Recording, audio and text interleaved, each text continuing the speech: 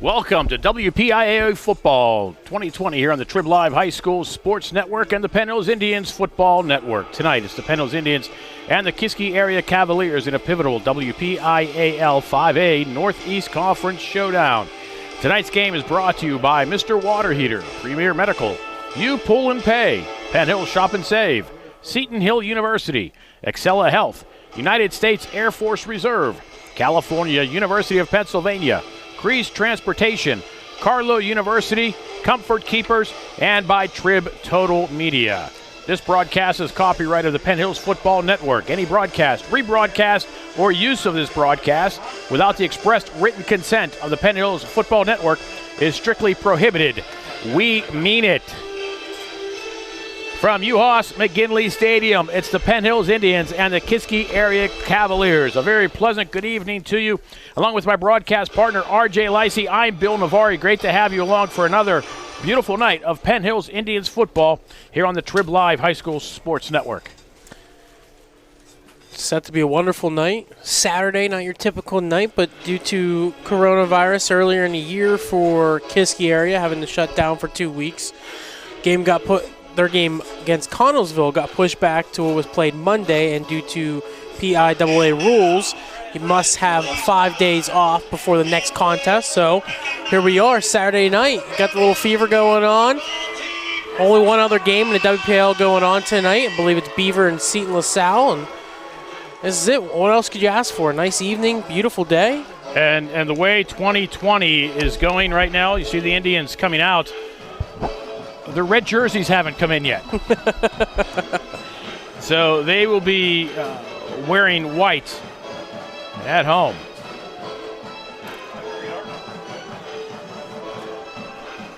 Cavaliers winners Monday night. Penn Hills 0-2 on the young season with losses at North Allegheny and last week at Woodland Hills. So 1-0 for the Cavaliers, 0-2 for the Penn Hills Indians, and the Indians they need to get something going. They can't start off before to, 0-3 is one thing, but 0-1 in a tight conference would be another. Same with the Kiski Area Cavaliers. Yeah, when you're talking a conference that combines Pine Richland, North Hills, Fox Chapel, Shaler, these Cavaliers, and Penn Hills, you are talking potentially something that we're going to find out and see.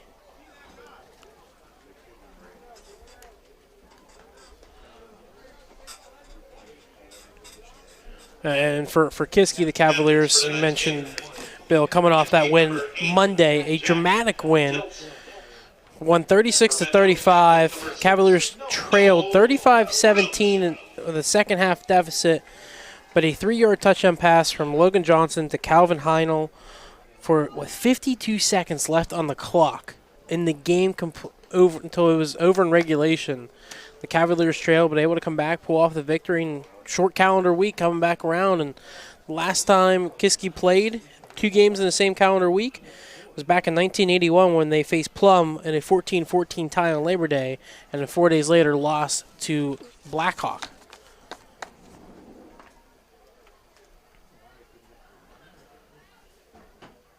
As we got coin toss going on down by the 30-yard line. The ceremonial coin toss are usually already have done.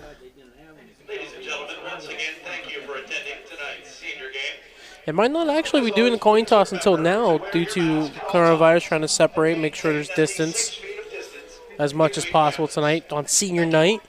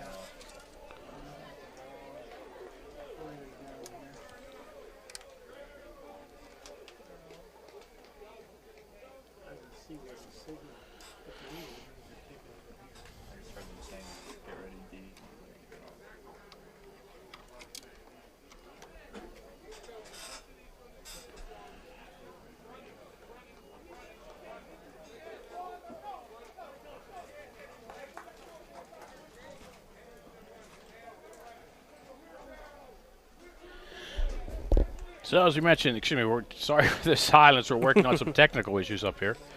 Trying to get our feet out to. Oh, now the green light's on, RJ. Yeah, now we're good. Now we're good.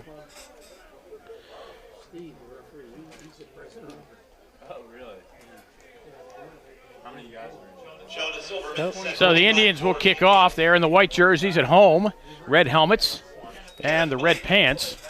Kiski decked out in their home blues tonight. Not sure when the last time the Indians have ever, if ever, have worn white at home. Actually, I kind of like it. I looked; those white jerseys are quite nice, actually. Very sharp. Well, lost the green light again. Don't know what's going on here. I'll try something real quick.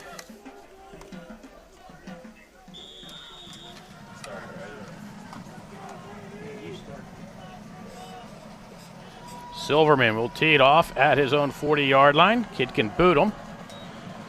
And we'll boot this one deep, taken at the 4-yard line. That's Kenneth Blake. He'll return it out across the 20 to the 22-yard line. Run down by number 19, DeAndre Cocker. I believe we are now good. I just had also- the power cable switched, Oh, okay. as it seems. But You know, we are talent. We aren't technicians.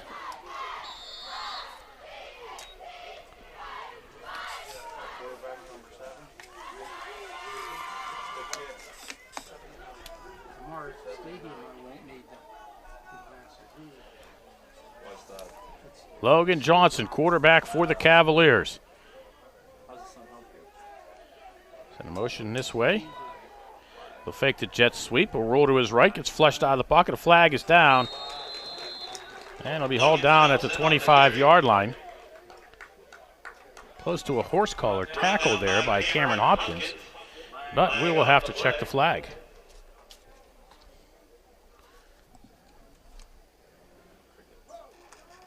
Second and 7.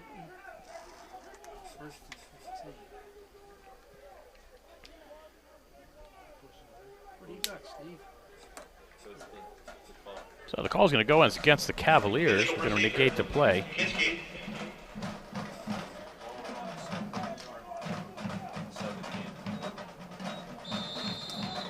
Perhaps two men in motion at the same time. it's yeah, when they had the cross man, when they man come jet sweep from the right to the left, I don't believe the running back was fully set in the backfield.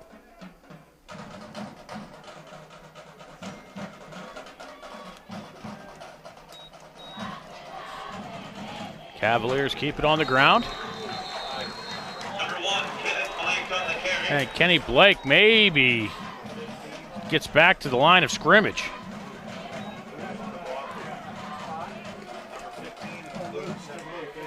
Yep, barely reaches back there. Tackle by number 15.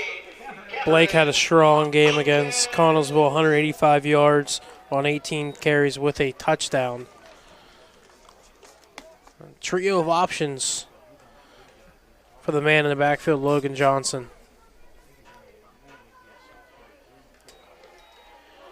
Johnson bobbles the snap, keeps it himself, gets across the 20 to the 23-4-yard line. Logan Johnson on the keeper. Picks up 7. Tackle by Lee. And it'll bring up a third down and about 8. Yeah, it looked like James Pearson was in motion from the far side to the near side, and when he crossed with Johnson, and they two collided and the ball popped up a little bit, but the awareness by Johnson to corral it, take his time, and able to pick up a decent amount, 7 yards, and make it third and manageable instead of third and really long.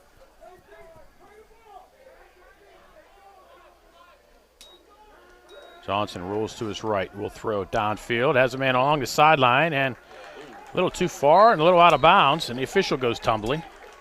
Johnson pass. Incomplete. And the Cavaliers look to be going 3 and out. Calvin Heinley. Defended by Noel Roach. Fourth down. Stopped the clock with 10:07 to go here in a scoreless first period. Intended man was Calvin Heinley. As I mentioned, he was the one who received the game-winning score in the game against Connellsville on Monday with 52 seconds remaining in regulation. Reset it. Thank you. Reset it. Cody Dykes. Dykes will punt for Kiski. the Cavaliers. Indians, 10 men up front.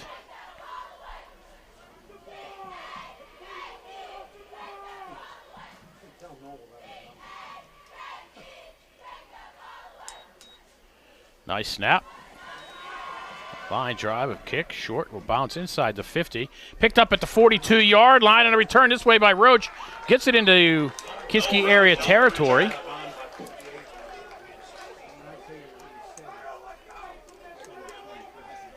Pushed out of bounds by number 16. Not sure if the coaches are going to say nice play or what were you thinking? Yeah, as soon as you try. Yeah, that was one of those ones. The nice thing is he let the Kiski defender coming down get away from the ball, and then he was able to move over and pick it up. And the ball might have rolled. It was rolling sideways. It might have rolled out about the 40-yard line, but gets the ball in Kiski territory. Duggar from the pistol. Indians will keep it on the ground, and Kiski is right there. And waiting for Jawan Brown. Juwan Brown on the carry. Brought down by number 7, Brock Wilkins.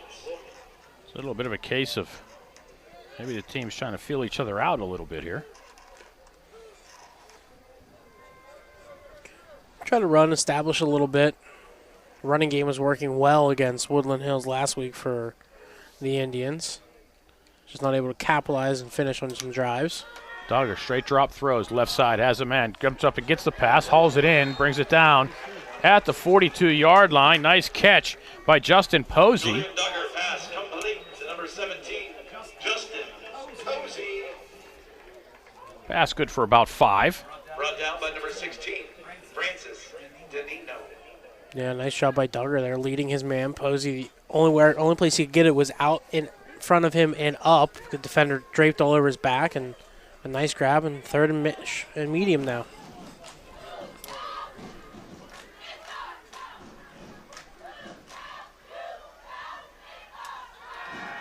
Duggar throws again, has a man. A little behind him, but coming up with the reception is Brendan Hill at the 35-yard line. To number 22, Brendan Hill. 7 yards and a first down for the Indians. First down.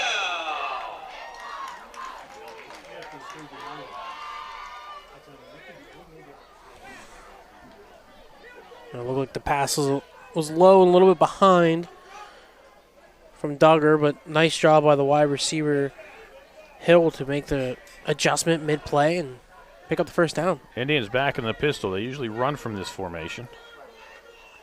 And everybody moved but the center. So who missed the snap count? Thinking the center did the way Brown just smacked him on the side of the head. Because Brown walked right up to him, Jawan Brown, and just clubbed him and said, "What are you doing?" Yeah, it shows me they're loose. Yes.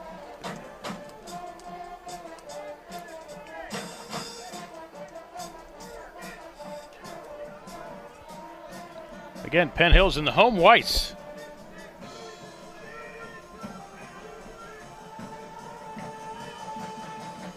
High snap, Duggar hauls it in.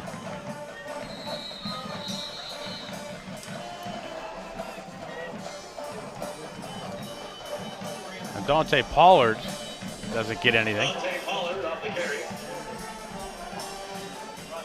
And you mentioned how Penn Hill's out of that pistol formation. You normally see a rush, and Kiski was playing it that way. They crowded the box, brought all the pressure, and met Pollard right at the line of scrimmage and held him there for no gain. Clock running, approaching 7 minutes to go here in the scoreless first quarter. Penn Hills, Kiski area. 4 receivers set for the Indians. Posey goes in motion right to left. Duggar looks right, throws underneath. Noel Roach trying to set up the wide receiver screen. Kiski does a nice job of closing quickly. Pick up down to the 33-yard line. Brought down by number 9, It's about 6 yards. Johnson. We'll give him 7. Call it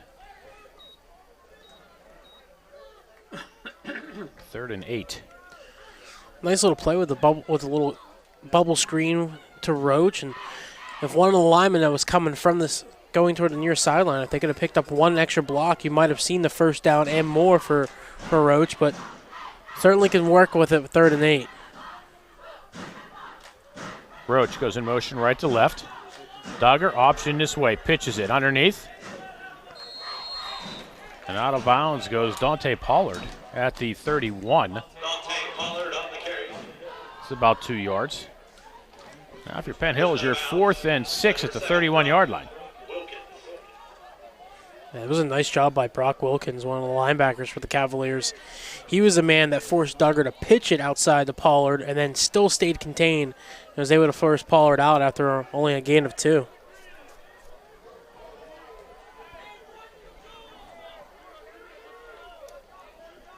Indians on a 4th and 6.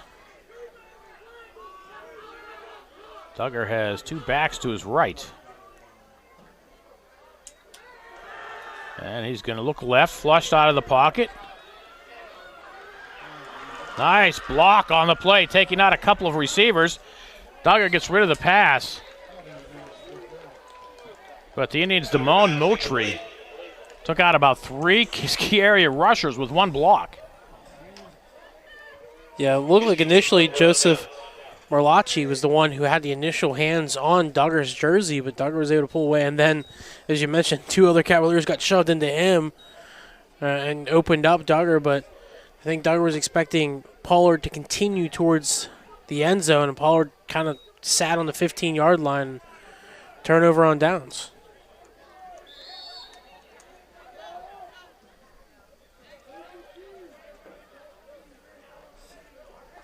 The Indians' drive was 7 plays, 16 yards before turning it over. Blake back to the line of scrimmage. I believe that's 2 carries, 0 yards for Blake so far. Brought down by number The 78. 6'2", 185-pound senior. And that's just credit to Penn Hills, just filling in the gaps, the running lanes that Kiski's trying to open up and holding Blake right now. That was Luke Pugliese who wrapped him up.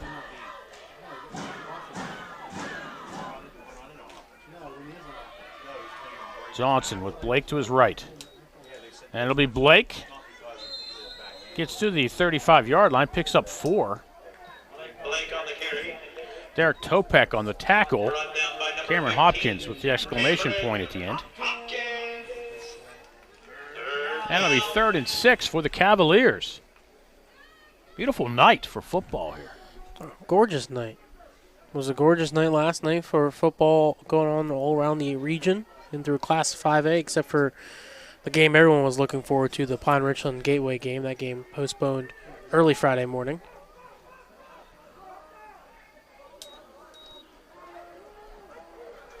Johnson will be sacked back inside the 30-yard line at the 27. It's a loss of 8. Johnson brought down in the backfield by number 20, Jawan. Jawan Brown with the sack. He's still ticked off after that False start. false start. Took it out on Logan Johnson, and unfortunately Johnson, it was Diltz who got backed up into Johnson by Back to punt. Jawan Brown, and Johnson tried to get away but unable to do so and eats a sack.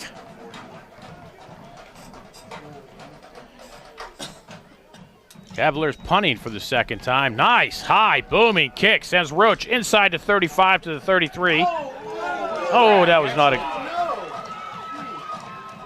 Roach across the 44-yard line. Is that Topek they're going to tag on that one? That was, Flag on the play. unfortunately, that fortunate call for the Indians because it looked like a good block. Yeah, it's one of those close ones, those bang-bang plays. We're going to watch it back again. And that's a block, and he's got the number turned to him. And not a crackback block, but definitely I could see the block in the back. That number's Block in the back. Penn Hills. that number was faced towards him, so unfortunate penalty. Ball would be talking right around the 43-yard line now. We'll start at the 20-yard line. The joys of instant replay.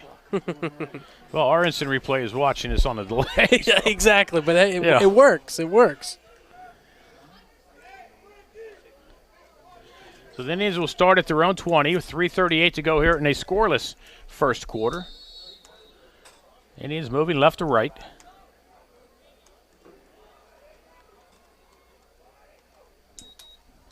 Duggar takes his snap. Go high. He'll flush out to the left. Gets up to the 20.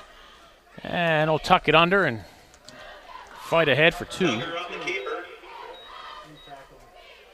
Brought down by number 11, Isaiah Gonzalez. Yeah. It almost looked like Duggar kind of he hesitated, didn't know whether he wanted to kind of plant his feet and throw a pass or keep rushing to pick up a couple more yards, but still able to get 2.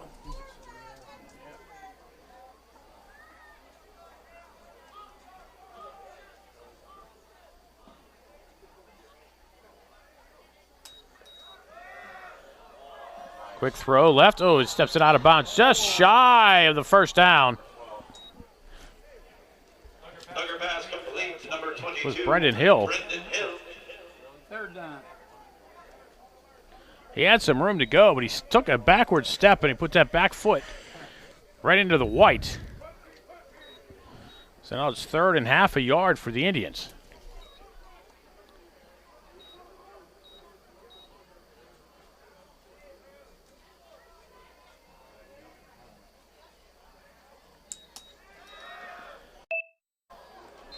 Pass attempted underneath, incomplete. It was intended for Justin Posey. Surprised by the call? Surprised by the call? Yeah, I am. I know Kiski has held you a little bit at the line, but I think that's one of those plays where you go with an option, the read option with Duggar and maybe Topek or Brown in the backfield and try to pick it up. But we'll have to wait and see. Maybe we'll see a fake punt like we saw earlier in the watching the Louisville Pitt game. Well, Brown's the up back for the Indians. And they will fake it, and they do get the first down.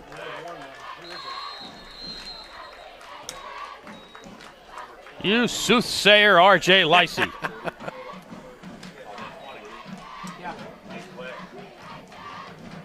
It was one of those things you Brown on the carry. got trust in your defense. The way defense has been playing against Kiski so far, you trust your defense if you don't pick it up. So put it in a playmaker's hands. Put it in Juwan Brown's hands. He's able to pick up a couple yards, ends up picking 4 on the total, and continues to drive for the Indians.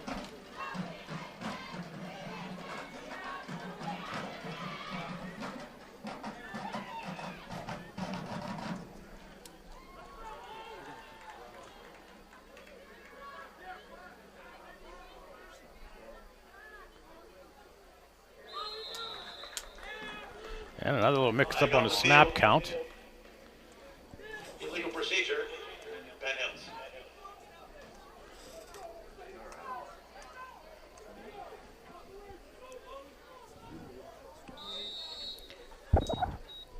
Appreciate you all you folks coming over to watch the game on YouTube on the Indians Football Network. Fortunately, apparently we're having some difficulties getting our feed over on the Trib Live side. And that's Pollard Dante Pollard on the carry. for no gain. It's been tough running for both sides tonight. Yeah, both teams stacking the box and Jack Diltz. not letting anyone bounce it outside.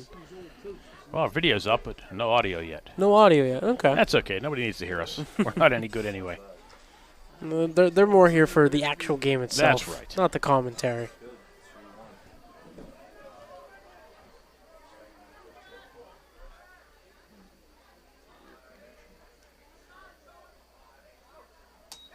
Duggar with 2 backs to his left will throw left. Looked like the ball was tipped a little bit at the line, but the pass was complete out to Roach to the 38-yard line, a pickup of about 10 yards. To number 6, no. Roach. And that will give the Indians a 3rd and manageable. Tackle by. 2nd and 15, picking up 10, and it's 3rd and we'll call it a long 5. And you're seeing Kiski when Duggar's dropping back, they're giving 3 to 5 yards to these wide receivers on these shallow out routes to the boundaries, and just a simple timing route and beautiful pitch and catch between Duggar and Roach. Trips to the near side. Single receiver to the left is Roach. At the top of your screen. Duggar will look that way. Throws. Pass complete. Roach with the hands. Hauls it in up the sideline. And that's a foot race. Roach inside the 20. The 10. 5. Touchdown. Penn Hills Indians. 62 yards. And the Indians strike first. And there's one of those timing routes once again. Just a simple little curl route. A nice hitch route. Duggar right on the money to Roach. Roach is able to make his man miss, Isaiah Gonzalez, and off to the races goes Roach with just 18 ticks left in this opening quarter to give the Indians the early lead.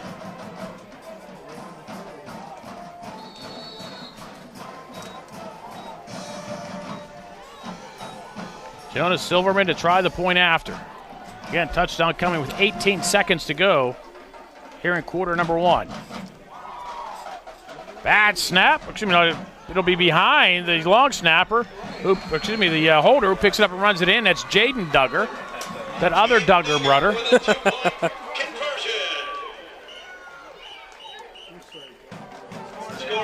So now with 18 seconds to go here in the first period, the score Penn Hills 8, Kiski nothing here on the Trib Live High School Sports Network.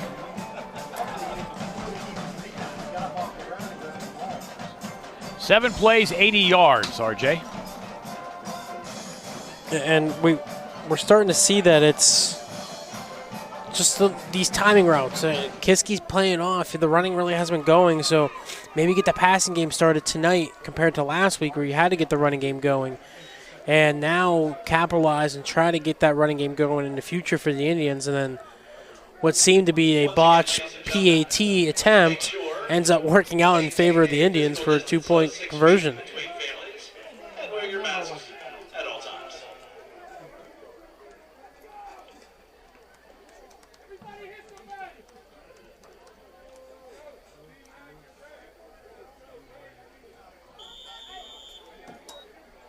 Silverman kicking off for Penn Hills.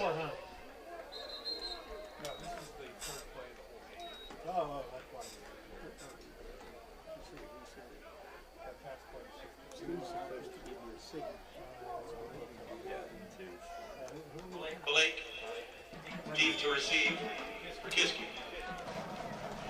Blake back for the Cavaliers, close to his goal line. They know Silverman can kick.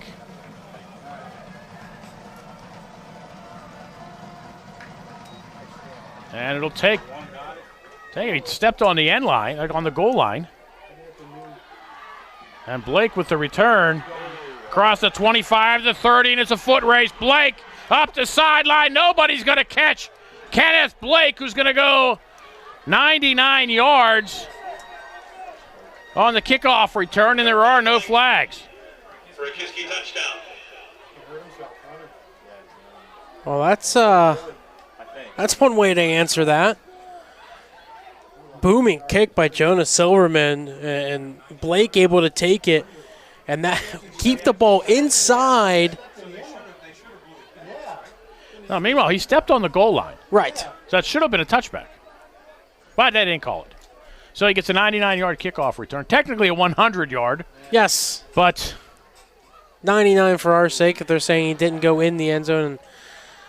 And it looks like Blake actually was the one who hurt himself. The ball didn't cross the goal line. They're going for 2? Yeah, you're right. And Blake's being helped off the field. Kiski will go for 2.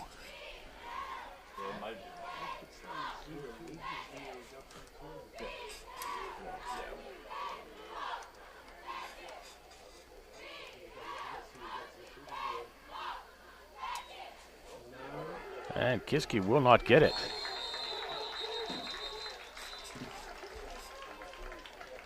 Two-point conversion. No good. Once again, Johnson is wrapped up by the back of the jersey from behind, and nothing called. Must be just getting the jersey itself, not actually getting inside the pads. Equipment. Yes. So 2 seconds remain in the first half. Excuse me, in the first quarter.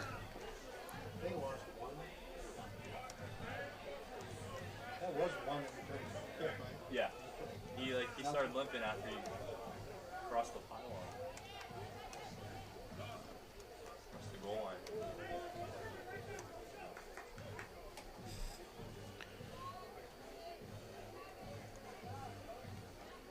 Couldn't even get up.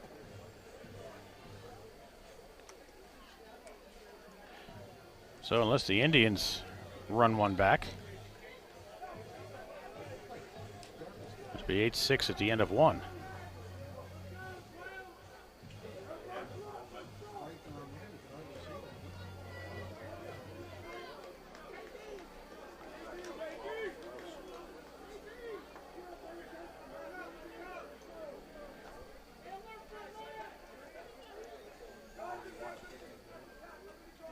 Cody Dykes to kick off for Kiski.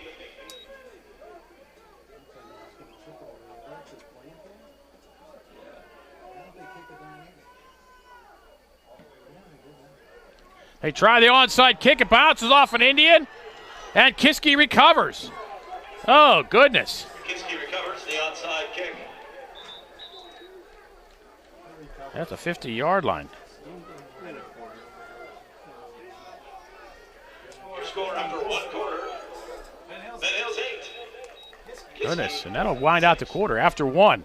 The score, Penn Hills 8. Excuse me, yes, Penn Hills 8, Kiski area 6. You're watching the Penn Hills Indians Football Network.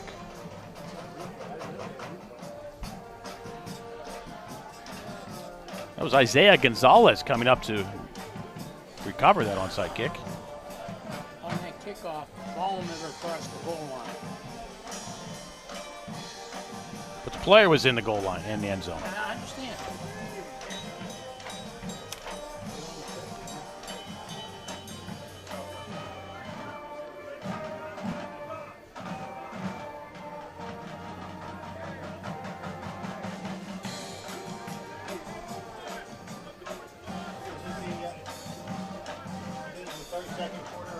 Yes.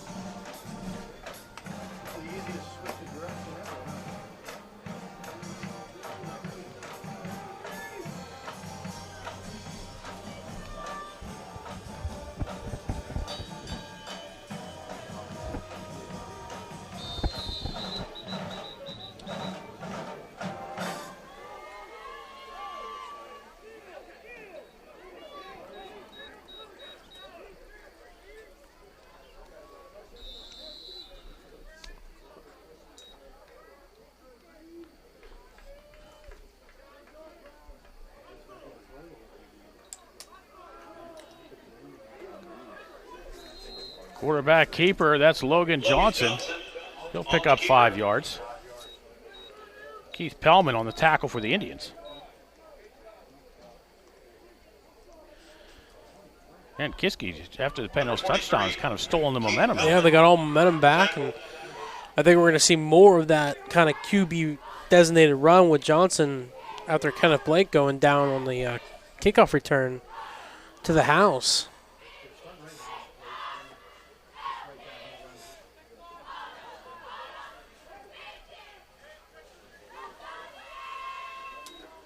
Johnson again, wrapped up and brought down by Luke Pugliese. Loses about half a yard, but officially we'll call it no gain. Brought down by number 78, Luke Pugliese.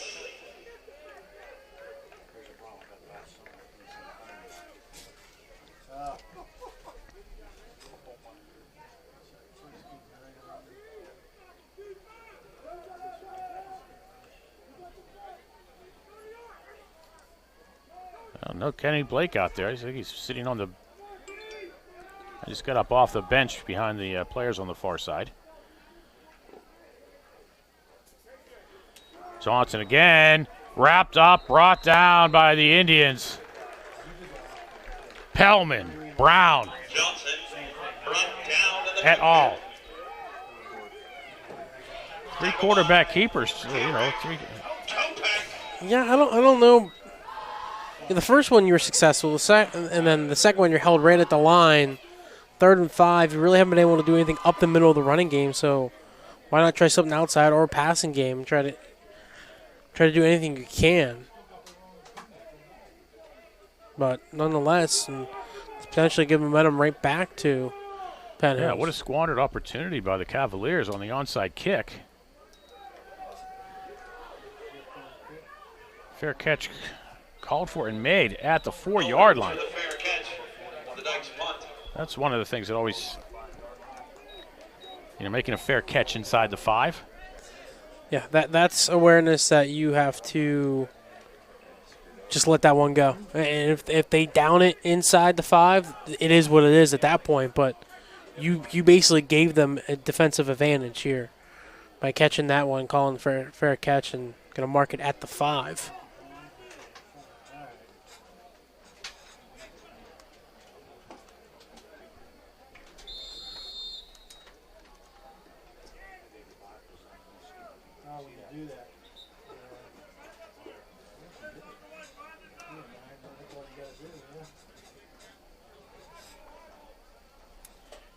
Indians inside their own 5. Duggar from his goal line.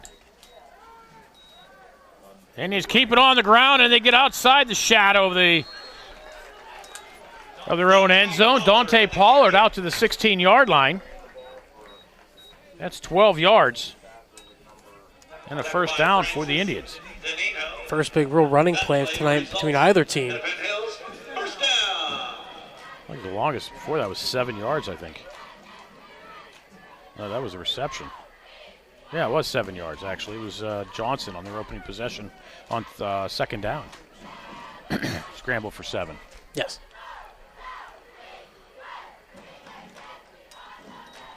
Duggar's trying to set up the screen. No, he's flushed. And he'll be sacked back at about the 2-yard line. I'll mark him at the 3. 13-yard loss on the sack. Yeah, Joseph And the Malachi. Indians right back in the right back where they started, inside the 5. Yeah, Joseph Malachi was the one who, In the backfield, number 53, Eliam. and then also, Eliam Booker was also back there bringing him down, and mark him down at the 4.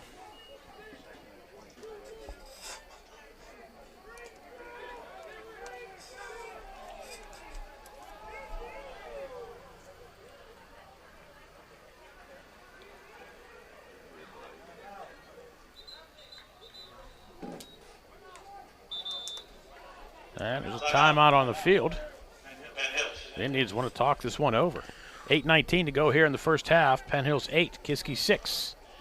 If you're Penn Hills, what are you thinking here? I mean, it's third and a ways. Yes. About 23. I mean, you keep it on the ground and let hope if Silverman booms one. Well, and that's the aspect is Kiski going to stack the box again, because they've been getting pressure back there when they can. We've seen the passing game work between Duggar and especially Noel Roach, but I don't know. It's one of those things. You got 23 yards. You really want to put the pressure on Silverman to get one away and give you decent advantage, or you want to try to pick up something and then go from there. And then I was looking back. Since Kenneth Blake caught the ball at the 2-yard line, at the 1-yard line, and then he went into the end zone, he made possession inside the field of play. So once he goes in the end zone, he's still live. It's not a touchback then. So if he'd have just let the ball go, then it'd been a touchback. But since he caught it inside the 2-yard line and then carried himself in there, that is why that was not called a touchback on that kickoff. And the Indians will get out to about the 10-yard line. Dante Pollard on the carry. Pollard will pick up about 7, and the Indians give Silverman a little bit more room to Johnson. kick.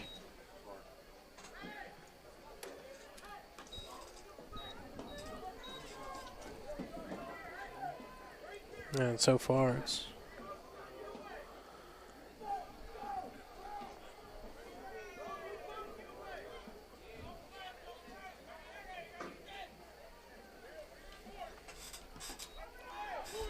Silverman, nice booming kick. Gets it to 40, takes an Indian bounce. Crosses the 49 and goes dead at the 50. So Kiski's going to start right where they did their last drive, at the 50-yard line. They went 3 and out, could only pick up 5 yards. Let's see if there's any sign of Ken Blake coming back out. Nope. Seems still back here at the bench. Yep. That's a huge, be a huge loss for the Cavaliers. Yes, especially after the game he had earlier in the week and explosive play tonight so far, and making this only a 2-point game.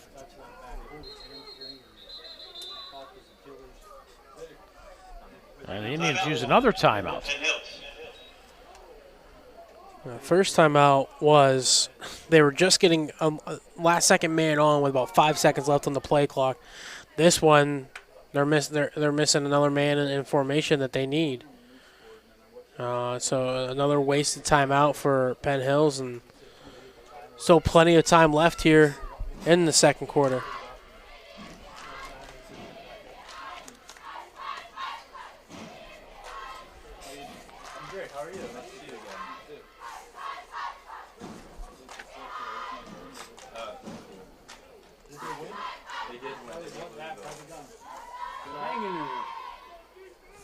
Your pay will be adjusted for your parties. I'll get bonus for working the soccer game too. That's a kick in the grass. You do the clock there? No, we run balls. We do this whatever.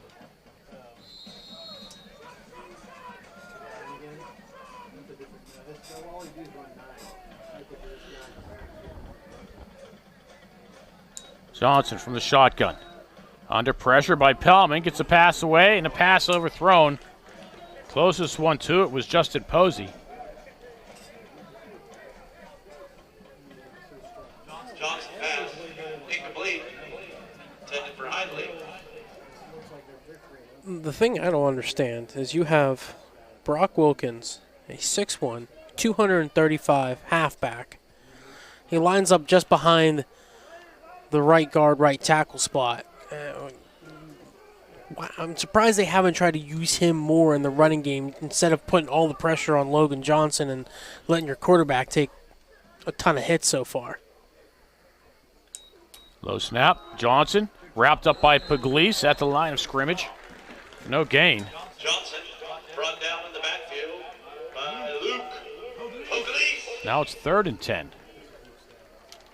Third down. We've seen Johnson has the arm. He's overthrown everyone he's had so far down the field. But there's just no offensive rhythm here for Kiski. And credit that to Penn Hills. Getting into the backfield, the DB's doing a great job in coverage. We saw that last week against Woodland Hills, going against Deontay Williams, who threw for a ton of yards in the first week of the season. And now Kiski will use a timeout. Well, you can't carry him over to second half, so you might as well use them. You might as well, and you're only kind of facing what seems like for this offense with Penn Hills a ticking time on when they're going to explode for a couple big plays, and trying to figure something out of, do we go for the first down marker? Do we just try to pick up something and try to pin them deep again? Maybe we pull something out deep within the playbook that we haven't used yet, or no one's seen from us, but it hurts because you don't have the Kenneth Blake back there. You don't have him as a potential guy you could throw out from the backfield and as a safety blanket for Logan Johnson. But he's going to have to look to James Pearson. He's going to look to Calvin Hindley and his whole core of skill positions. You see Blake standing on the sideline, and he has his ankle iced. The ice wrap around the ankle. Maybe try to do as much as you can, rest him here in the first half, and see if he'll be able to go to start the second half.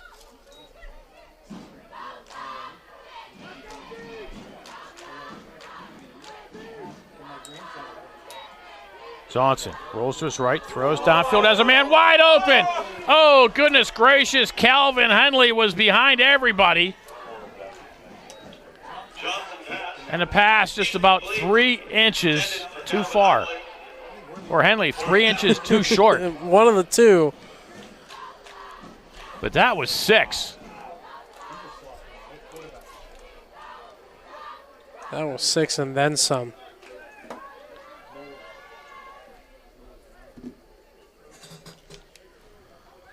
Almost looked like that was Trayshawn Barron in coverage, and he's the one who kind of went towards the middle and left Heinley all by himself on the near sideline.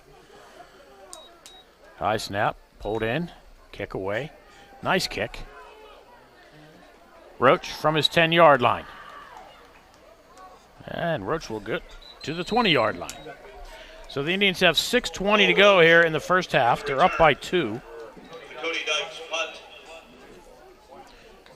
And the last time they started on their own 20, they went 80 yards for a touchdown. With a 62-yard pass for the score. Quickly answered by the 99-yard touchdown run. Or excuse me, kickoff return. Kickoff return just literally 2 plays later. But we started to see in that last drive for the Indians, a couple running attacks getting up through the middle with Pollard leading the charge. Not much of a Derek Topek tonight. It was more of a Pollard effort and Jawan Brown in the backfield. But we've also seen Duggar with the quick routes to his wideouts. Toss right side. And maybe a yard Dante Pollard on the carry. for Dante Pollard. Pushed that about. And that was just great contained there by Kiski. They were able to, it was a nice little option play, pitch it out to Pollard. The DB's on the outside, able to stay home, not push up the field too much and commit and let Pollard make them miss and able to force them out of bounds and for no gain.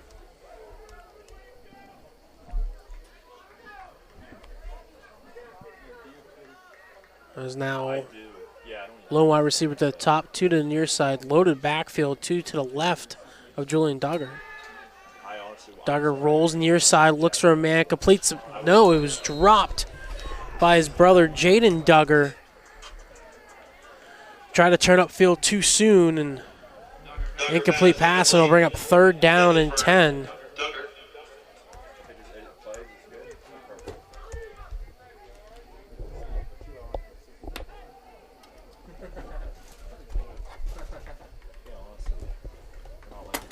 We'll have to see if the freshman quarterback, Julian Duggar, can lead his 3rd down charge. Doing good there.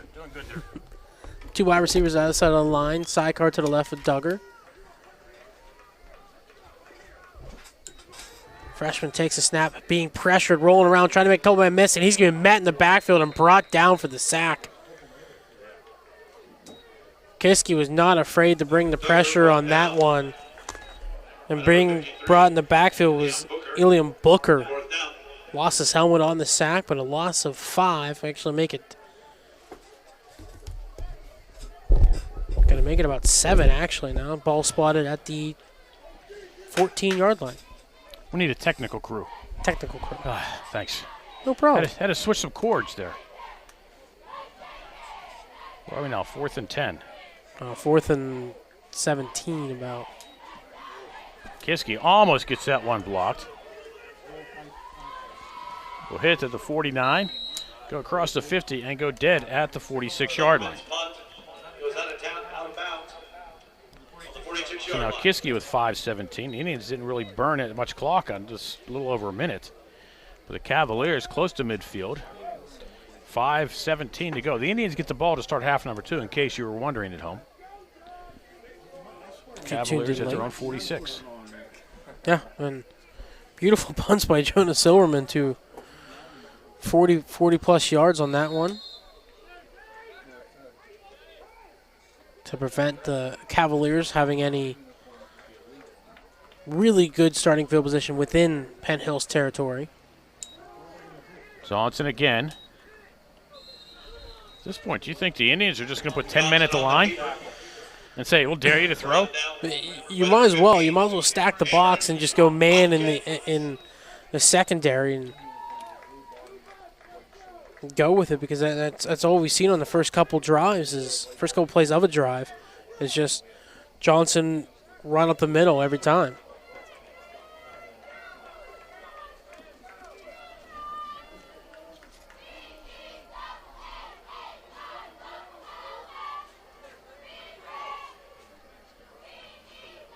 Three receivers left. Johnson looks that way, but throws back to the near side.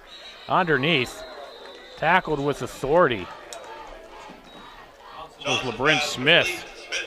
Tackled by Brown. So no gain. Yeah, but there's a flag. It's going to be a holding call against the Cavaliers, and the Indians will decline it. And they'll bring up third down. That's trust in your defense. Yes. And the way the defense has showed up tonight, I'd keep going with it. You know, you've been able to force punts.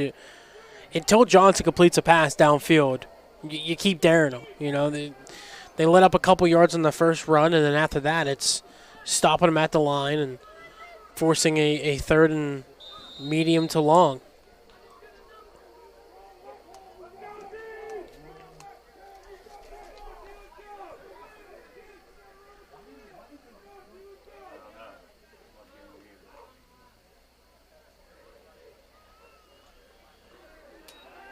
Johnson chased by Pellman. Pass, is it caught? Looks like it was good. Oh, they're going to roll it incomplete. Looked like a nice catch by Calvin Henley. Incomplete. 10 for Hiley. But it was incomplete, and now the Cavaliers will have to kick with 4:08 to go here in the half. And At Johnson, least they'll line up to kick. yes, and that pass was there. That pass was on the money, right where it needed to be, going to the boundary, and Hiley not able to corral it before going out of bounds. And That's a good choice. once again, trusting your defense, and the Indians pull through. Numbers and helmets, and they're cool, in my opinion. I'm all about that there. Oh, yeah, me too. Oh, yeah. Kiski will kick. Roach from his 9-yard line. Comes to the near side across the 20. And gets a nice return across the 25 to the 26-yard line. On the return to the Dykes punt. So the Indians now with 3:55 and one timeout. Adam Marchio.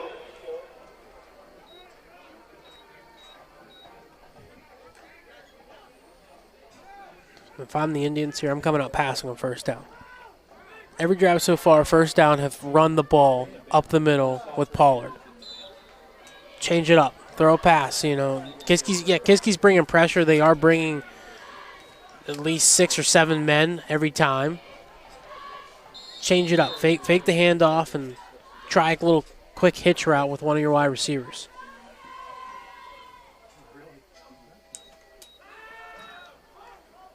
Duggar underneath.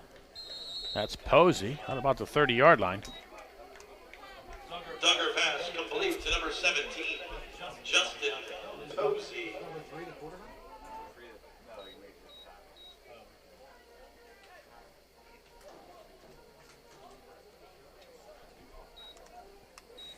And just like that, first down, nice little out route by Posey. Duggar had to hesitate for a second, completes a pass, and might only picked up 3 yards, but still, it's something different than the traditional running game on first down.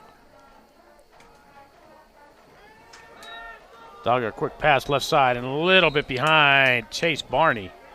Duggar pass incomplete. Intended for number 3, Chase Barney.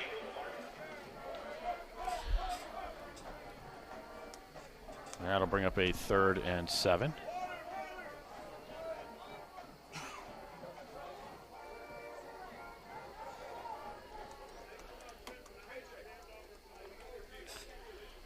Stops the clock with 3:11 to go here in the first half. Penn Hills 8, Kiski 6.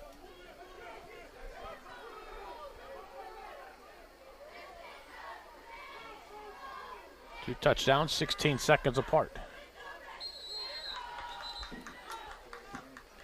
And Indians use too much time.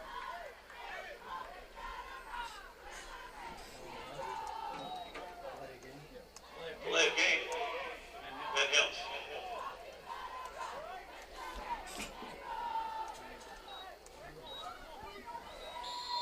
And penalties so far, not many, only 4 for Penn Hills, but 25 yards. And a couple false starts that have made yardages a little bit harder to convert on 2nd and 3rd down.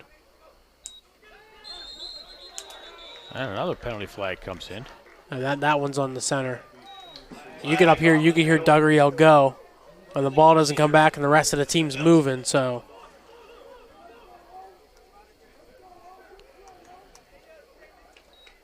There's some kind of miscommunication in the huddle that center and quarterback are not picking up the same thing when it's being said of what the snap count, what the count is going to be. Well, it's 3rd and 17.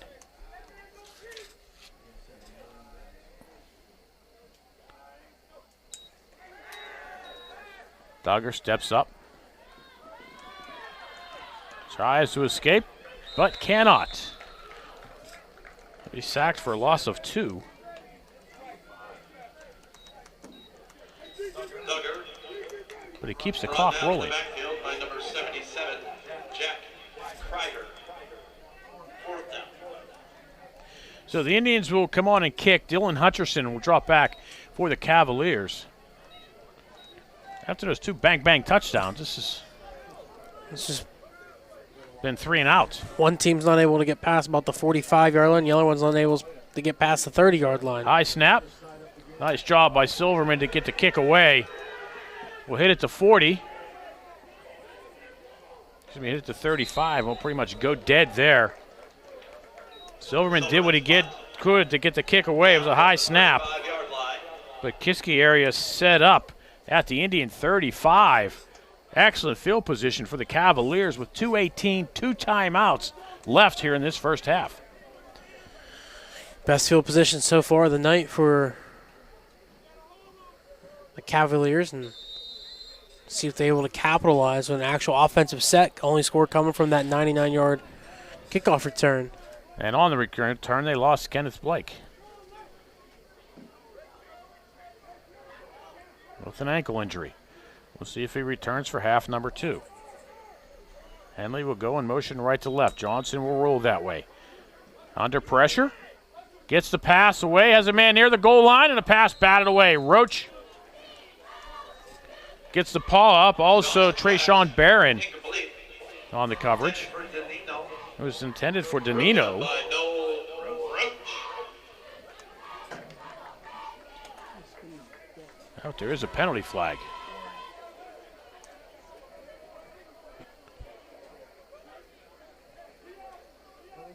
An illegal shift, and as you mentioned, was Calvin Heinley was in motion, didn't come set before the snap. It kind of looked like he just rolled right into his route, and they're going to get called with that. Back on the play. Illegal shift. Indians will take the penalty.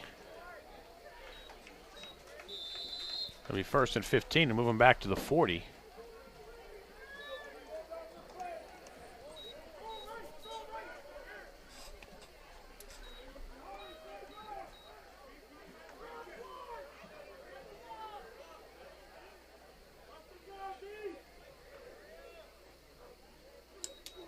Johnson, pressure from Pellman from behind, gets the pass away, and it's tipped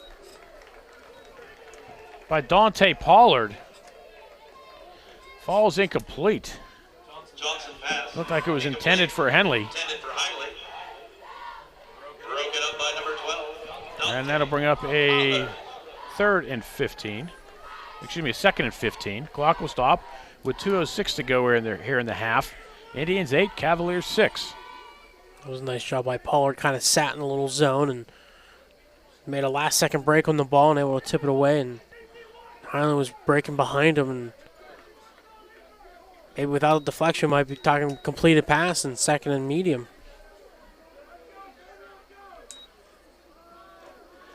And the Cavaliers give it to somebody else. It's James Pearson, who's going to be smacked. James Pearson on the carry. That's actually a loss of 1. Down by Derek. And the Indians will use a timeout as it's 3rd down now for the Cavs. Ben Hills. Indians want to discuss what they're going to do here on defense.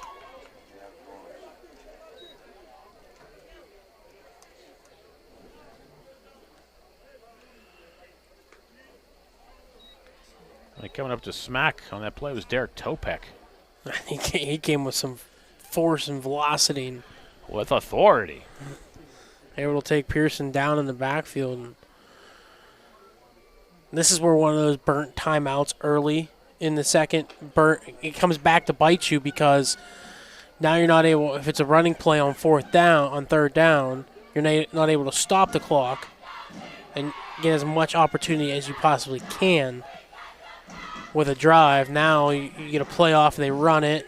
Talking a run off, and you're not getting the ball back closer to about minute 15, minute 10 left in the half. And a full length of potentially the field to go. That's the first time you won at halftime. Book says 15, and I said 15.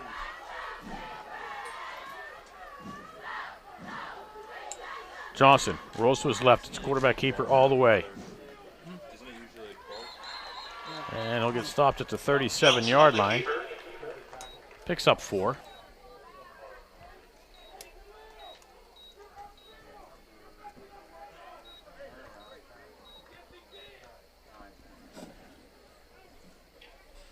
Brought down by number 9. I mean, we haven't even seen them get their big tight end Jack Diltz into the action here in this first half at all either. Nope. They haven't done any of that so far. And Clock is rolling 1:15 and running. Indians can't stop it. Cavaliers look like they might just want to wind this one down and take the 5-yard penalty. I'm going to call a timeout. No, they'll call timeout with 1 second left on the play clock. Well, Clock will stop with 1:04 to go here in the half. Penn Hill's clinging to a 2-point lead, 8-6. Interesting, last year's contest ended 7-3. Something between these two teams. It was, Low-scoring affairs. I'm telling you. Yeah, 2 high-powered offenses here, and it's 8-6 heading into halftime here shortly. Yeah, it could be like last night. Revenge of the WPL championship, Aliquippa and Quaker Valley in that game. And that game was 2-0, wasn't it? in the championship, it Yeah. was. In the actual game last night, was a total different story I between the saw two that. teams. Got to make sure I get it right Like here. Aliquippa was a little. They didn't forget about that 2-0 loss. No. They made sure Quaker Valley felt every bit of the 73 points the Quips put up last night. 73 How do you put that nothing. many up? I mean, with the running, it was 51 at halftime, so you know there was Yes. a running clock. And they still put up another 20 I mean, if I'm Quaker Valley, I'm taking a knee yes. every point. Just take a knee. Let the clock run. And I wouldn't be surprised if Aliquippa. Traditionally, they do put the backups in when they get that big of a lead. Well, but when you put the backups in too, I mean, why put the reins on them? Yes. Let them go out and play. Johnson under pressure, steps up, gets away from 3 guys, but not the 4th. Finally sacked by Cameron Hopkins. Johnson brought down in the backfield by number 15. Cameron Hopkins. So the Indians take over with 57 seconds left. But now they got decent field position at where are they? It's a 45, 44? 43-yard line is where they're going to start them. So no timeouts left, but the clock does stop on the first down. You can Yes. clock it as well. And they've been throwing towards the boundaries every play when they have dropped back for a pass most of the time. So complete a quick one, get out of bounds. And Or mix it up and throw over the middle. True. You might not be expecting that one. Julian Duggar, the freshman quarterback, takes a snap, under pressure, steps up in the pocket, has some room this way. He's going to tuck it up and run across the 50, the 45, the 40. Duggar will go out of bounds at the 36-yard line. Julian Duggar with the keeper. That's 21 yards. That play results in a Penn Hill. That gets out of bounds, so the clock does stop. Not like it's going to set on the first down. Well, that's kind of a first down play that you would want in this situation. And the presence of Duggar there, defender coming to his blind side, able to feel the pocket collapse, finds the opening, runs up in it, doesn't see a pass open, but sees a massive lane, goes for it, and picks up 21. And remember, he's a freshman. Bobbles a snap, looks right side, pass, caught, hauled up. Trying to get out of bounds, and does after picking up a first down, is Dante Pollard. He'll get 11 on the reception. Completes at number 12, Dante Pollard. I did a nice job of keeping the knee off the ground. Yeah, I'm able to pick up the ball off his shoelaces and then also make one man slip it, miss and slip the tackle and not just pick up the first down, but also get out of bounds at the same time to completely make sure you stop that clock. And so far, only 16 seconds have gone off with 2 big plays. Duggar rolls this way. Has some room in front of him. Throws towards the end zone. Has a man. And just led Duggar pass incomplete. Intended Pollard just a little too far. I mean, he had some room to go. Yes. I just thought he was going to take it up and start running.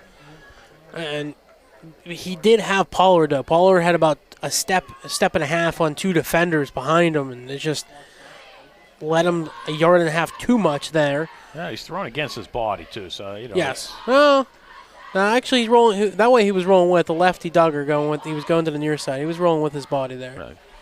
But still, a tough pass to make nonetheless on the move like that.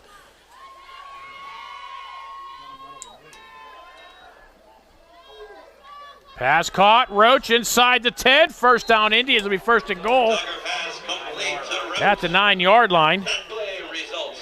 And Penn Hills first and goal. So the clock will stop with 29 seconds to go. Do you run a play or do you clock it? I say just run a play. Oh, they clock it. That's why I'm up here. That's why we're up here commenting on the game.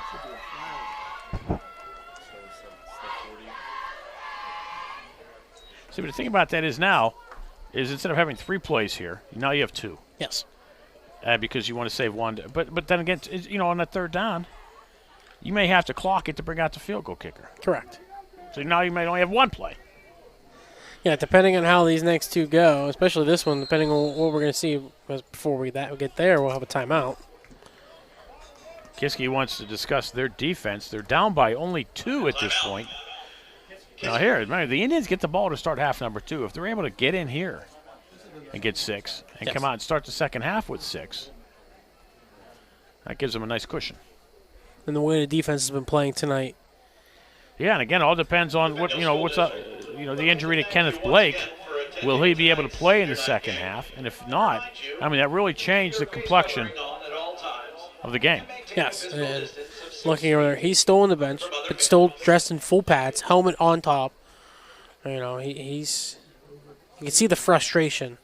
Stomping his feet, looking a little disgust. He's got the ice on the ankle.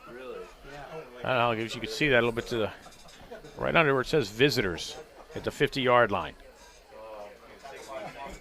Kind of zoom in and see Kenneth Blake there and see his left ankle. So he's got the ice taped up around it. Can't help but feel badly for the kid. Yes, and I mean, that was a nice kickoff return, 99 yards. I mean, he was gone.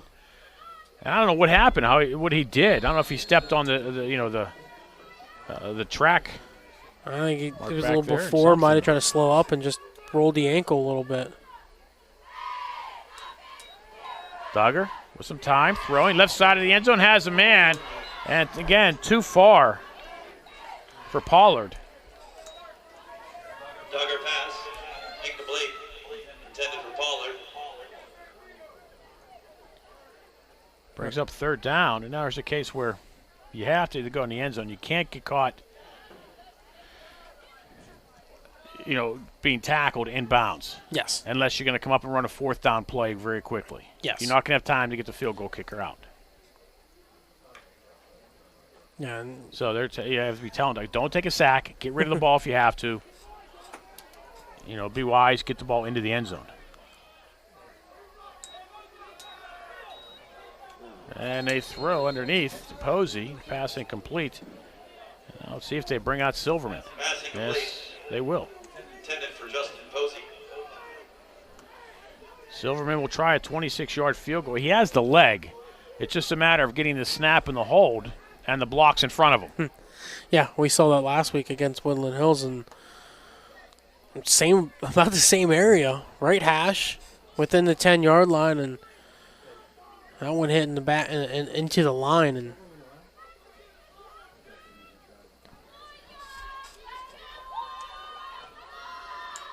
high snap. The hold is down. The kick is up. And the kick is good. 10 seconds to go in the half. The score, Penn Hills 11, Kiski 6. Kiski Watching the Penn Indians Football Network on the Trib Live High School Sports Network.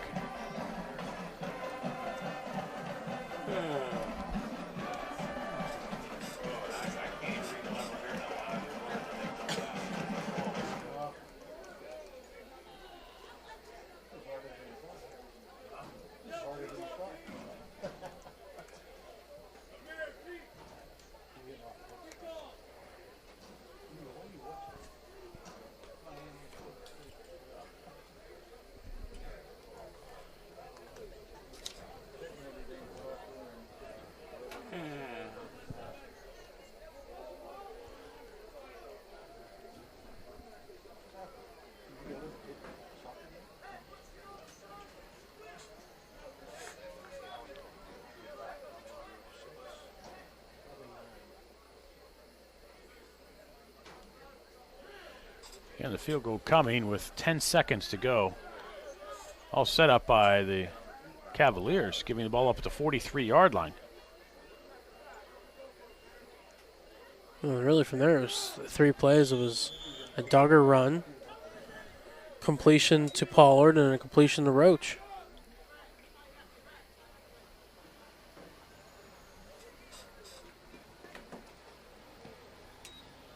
Indians do not kick it deep.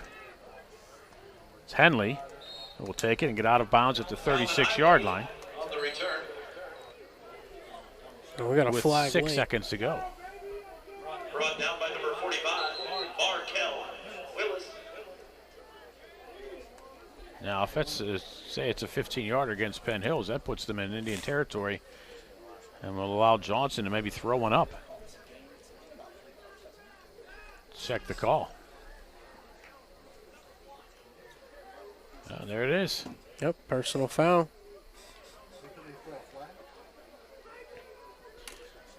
So that'll give him the ball at the Indian 49-yard line. And And if you're Logan Johnson, just throw one into the end zone. yeah, and he has the arm. We've seen it a couple times so far.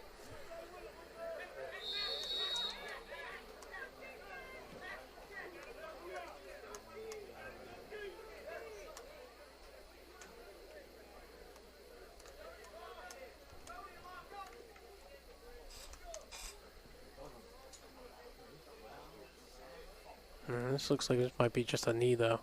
Nope. Nope. There he goes. He's waiting. Launching one towards the end zone. Has a man. And the pass too far. He had LeBrin Smith running down the sideline. I don't know why they didn't set up and just set 5 guys down and just throw it up. That's why I was like, oh, this might be a knee, because they had the backfield stacked. They didn't have anyone else out there wide out, but had the arm, just too much of it, and overthrows his man, and we go to the break. Well, we were hoping to have John Peterman up here at halftime, but he was unable to make it out because of some emergency issues at home. Instead, for your enjoyment, the Penn Indians Marching Band.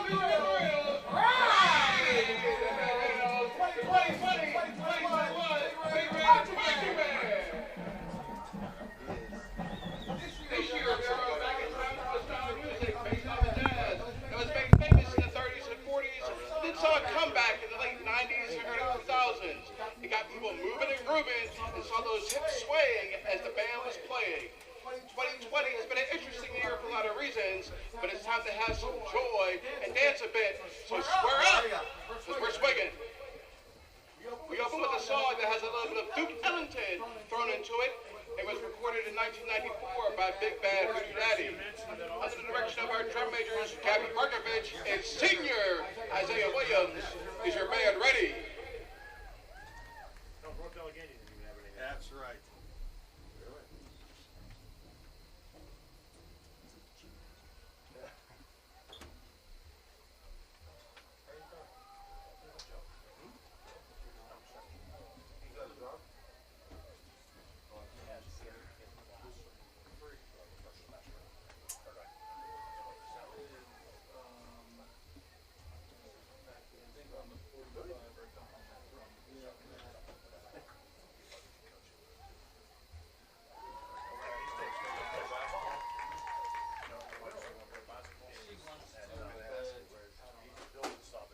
It looks like they are. So now let's kick the show off with Jumpin' Jack. I mean, it's his first teaching job. Yeah.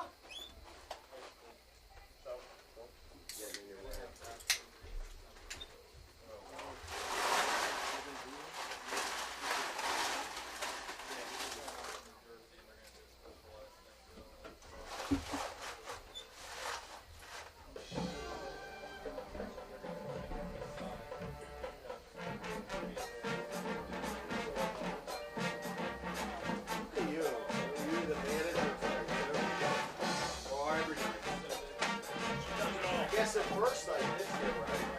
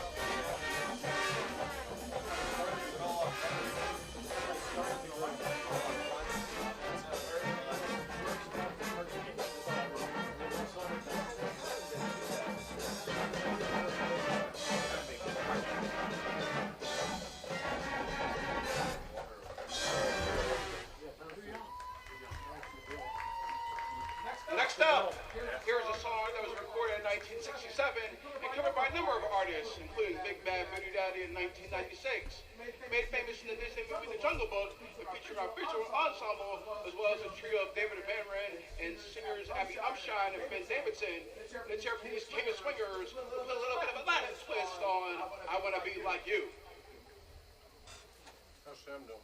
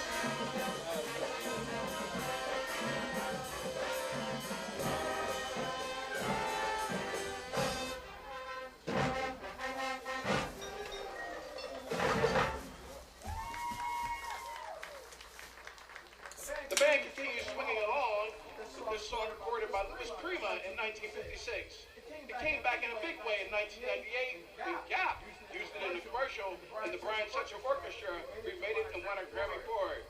Featuring a trumpet and flute duet by Dominic Floro and singer Gianna Jejikor, it's time to jump, jive, and wail.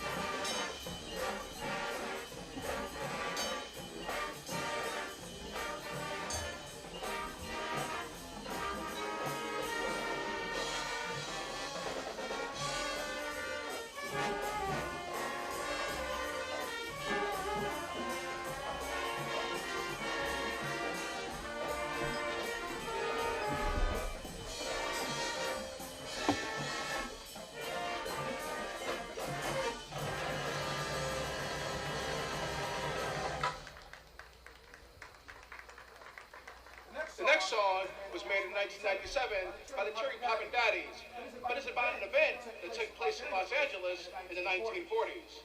Featuring senior Ben Davidson on trombone, let's go check out the Zoot Suit Riot.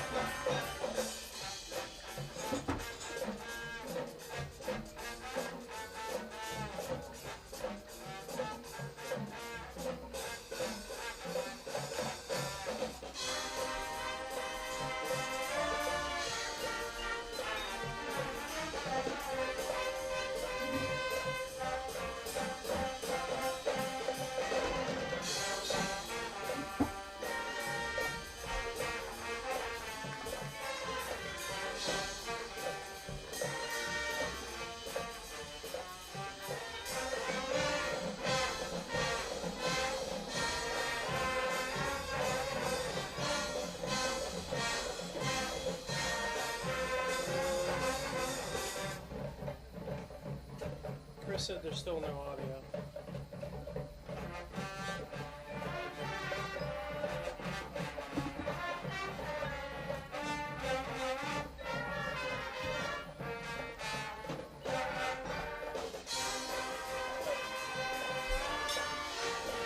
My thing is, I don't understand, like, It's never on. Okay. But we won't be getting video either. exactly. That's what I don't know why it's not getting audio. It's the same setup normally. So Gotta be that. yeah.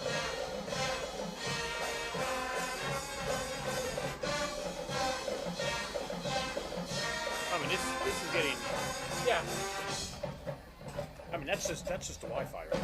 Yes.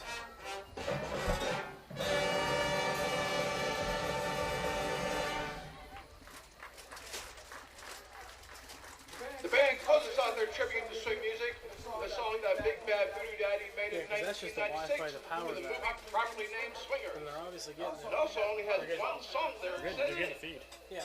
Led by a small ensemble with Charlie Frascione, Rebecca Pride, David Van Ren, and seniors Josh Yorkin, Abby Umshad, and Jenna Mafia, along with a trumpet solo by Dominic Frollo.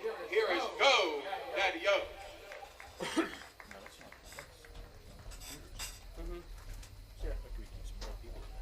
Yeah. Yeah.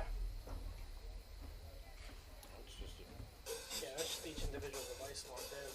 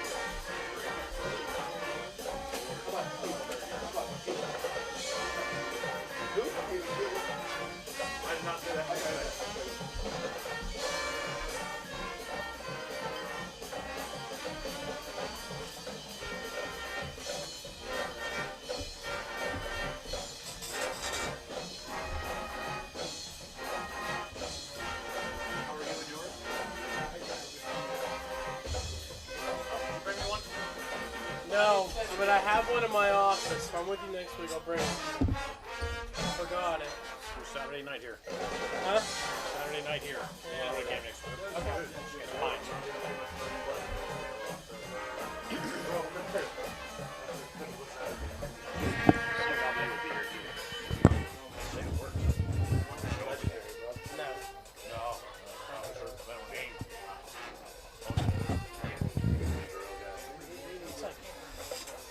Yeah, I know. I know.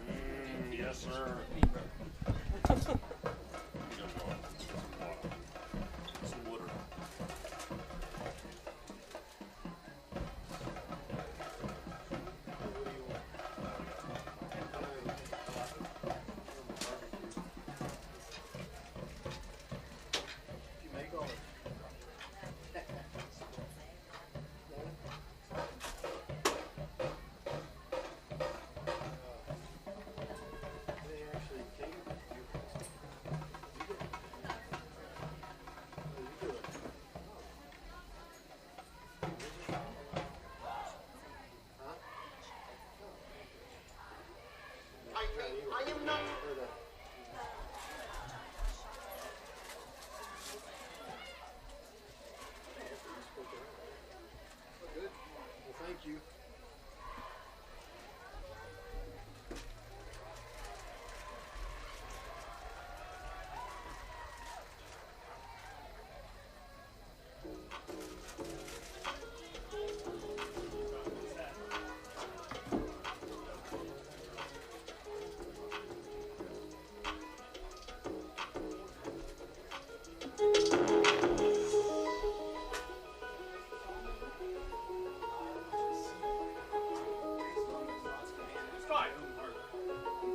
Yep, cookies.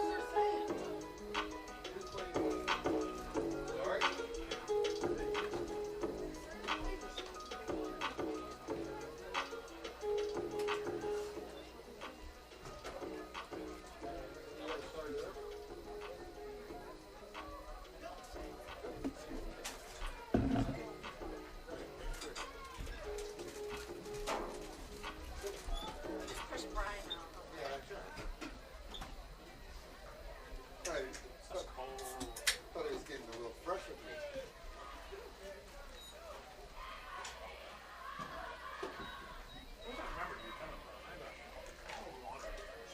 You really?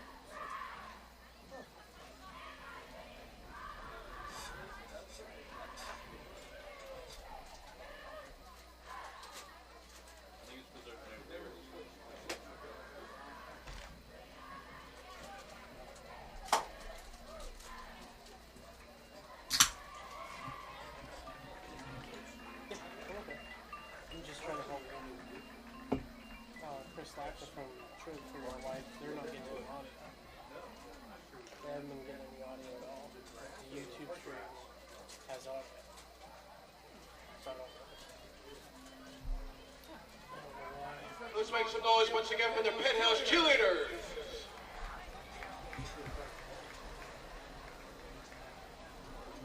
Now on the other side of the field, you know if you love them, the harder the band, the way to keep your feet stomping, your head nodded, the bases applause, put the cymbals, make some noise for your Penn Hills. Ramla!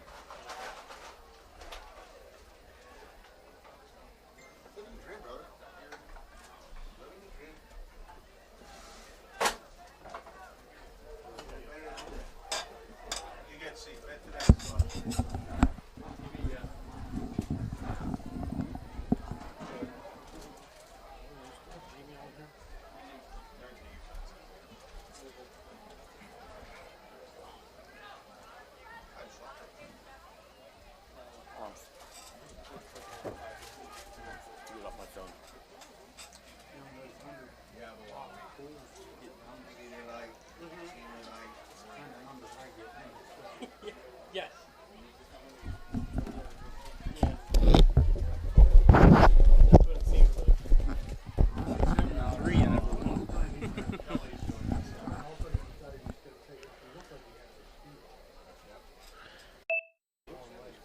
Halftime here at UHAS McGinley Stadium in Penn Hills with the score Penn Hills 11, Kiski area 6. Along with RJ Licey, I'm Bill Navari. Great to have you along. RJ, that's I don't know. It's a game of defense, I guess, here tonight. Yeah, and looking at the numbers, that's all it's been. I mean, you look at it overall, Kiski has 20 plays for 6 total yards, according to my book. According to the official statistician, it's 19 plays minus 4 yards. Okay. I was going to quibble. I'm just saying. Yeah, It's just, yeah. No, I'm not. But then you look at the other side. For Penn Hills, I have 30 for 152. And 30 for 162. So, you know, we're You're in the ballpark. in the ballpark. It's not overall. It's not an exact science. No. As we it saw isn't. last week with them spotting the football. Yes. When we saw the ball get initially put it to 46, and then they slid it to the 47, and then they moved it back to the 46 on the next play. It's not a. It's not a science, but it has definitely been a war of attrition in the trenches, and so far, Penn Hills has been coming out on top. The leading offensive player for Kiski in the half was Kenneth Blake, 3 carries, 4 yards. Yep. 99 yard. Actually, can we say 100 because it carried him into the end zone? But I guess he did, where he caught it. It's on. But 99-yard kickoff return for touchdown following the Indians' 62-yard catch and run for a touchdown. Yes. But Blake injured his ankle on the play and did not return. No, and I've been trying to look down, and as the teams have come back out of the locker rooms and been able to see him warming up, and I haven't seen anything, truly. But that, and then you look on the other side for Penn Hills, it's really the passing game is what's kept the Indians alive. With Julian Duggar, I have him for 9 for 17, 129 overall, and a touchdown. The long pass, a 62-yarder for the touchdown to Noel Roach. But both defenses have been stymieing the run game for either side. Last week Monday we saw Kiski come in the game with 185 rushing yards for Kenneth Blake. And last game was definitely the Derek Topak and Julian Duggar show against Woodland Hills on the ground, not through the air. So both teams playing to the other side's strength and protecting that and preventing any kind of running game going, but it's been the Indians been able to capitalize on the passing game, while we've seen Kiski and Logan Johnson just miss here and there, and they haven't been big misses, but you miss once or twice and you're talking, instead of a first down, a punt. Johnson in the first half, 1 of 8, 0 yards. Yes. Rushing wise, 7 carries, minus 7 yards, and James Pearson 1 carry for -1 yard. That's been the Kiski offense. I'm looking at the sidelines. I don't see Blake. I don't even see him in street clothes. So I don't see a number 1, and I don't even see a Kenneth Blake in street clothes. So I don't know whether he's getting examined or if they've just taken him off to go get X-rays or whatever. But that's just huge for Kiski not to have Blake in on this contest. And the Indians will have a little return across the 30 on a little bit of a poochie kick out to the 34-yard line. That's Jawan Brown for the Indians. On the Indians side, Dante Pollard, 6 carries, 19 yards for the Indians, leading the way there. Duggar, 9 of 15, 129 yards and a touchdown. The longest, a 62-yarder to Noel Roach, who has 4 receptions for 95 yards. Also, Jonas Silverman with the 26-yard field goal. That's your scoring in half number 1 there at Penn Hills. And the Indians come out running across the 45, the 50, up the sideline, out of bounds. Nice play by the Indians, Dante Pollard. Francis Danino with the tackle for the Cavaliers. And that's got to be 28 yards, the longest rush of the night for either side. It is exactly that, 28 yards. And the Indians do the same thing again. Pollard again, up the sideline, scoots it down to the 20-yard line. That's the exact same play, this time for 18. Will the Indians go for the hat trick? It's not broke, don't change it. No.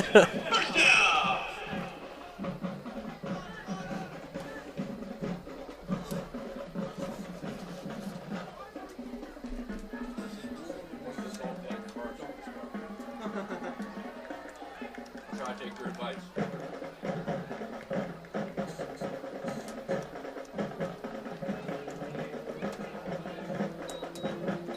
Duggar will throw. Pass complete underneath the Roach inside the 10. Pushed out of bounds close to the 5-yard line by Braden Dunmeyer. It'll be first and goal. Indians at the 5. Wow, what did they feed these kids at halftime? I don't know, but Coach must have went in there and said, "You better wake up. You're better than this." And So far, Penn Hills has come out and shown that 3 straight plays, marching all the way down for 61 yards to the 5-yard line. Pollard will get down to the 1-yard line. Losing his helmet was Topek, who will have to come out. Brought down by number And 8. that'll bring Jawan Brown in. Dilts. Maybe more of the power back, these Indians.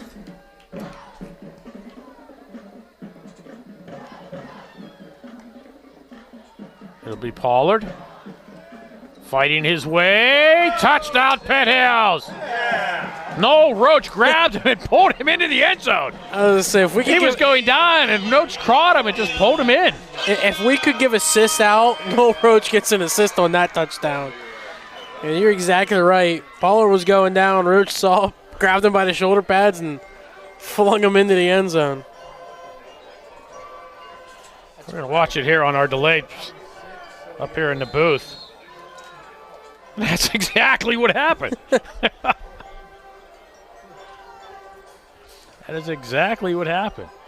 Yeah, I give half a touchdown to Pollard, half a touchdown to Roach.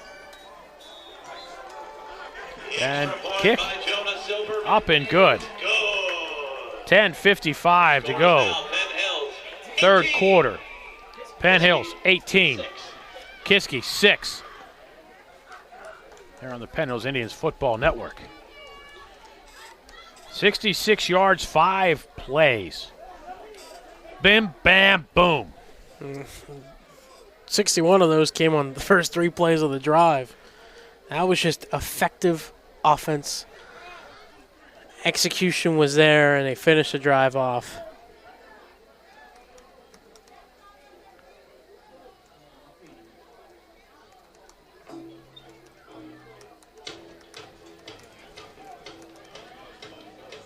Apparently we got word through Twitter that Kenny Blake is fine. He has a sprained ankle.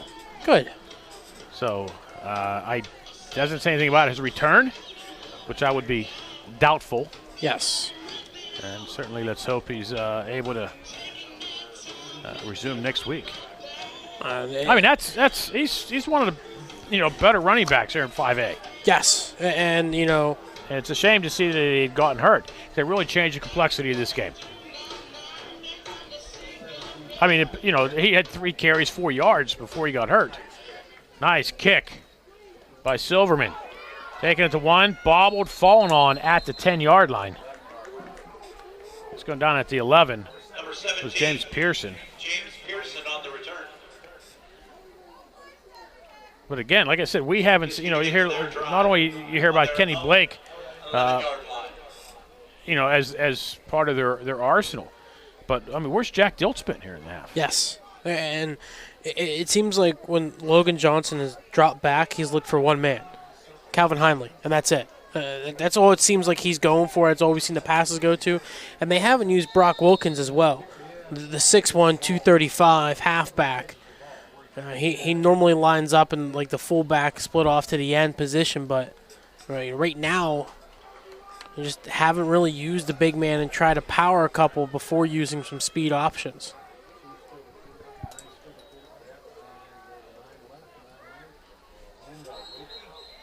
And Logan Johnson.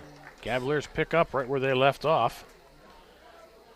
And Johnson will lose a yard. Johnson on the carry. I mean, you had James Pearson leading the way. Cameron Hopkins. I think Pearson has had 1 carry, and it was Luke Pugliese. Yeah. when he was hit by Topek, like immediately. At the line of scrimmage. He lost 1 carry for -1 yard. So,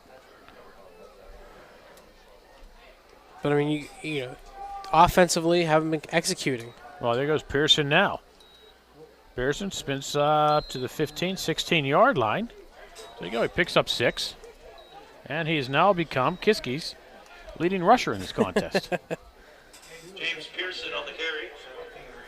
Again, if you're just joining us here, if you want to wait at halftime, just coming back, Indians 5 plays, 66 yards to start the third quarter.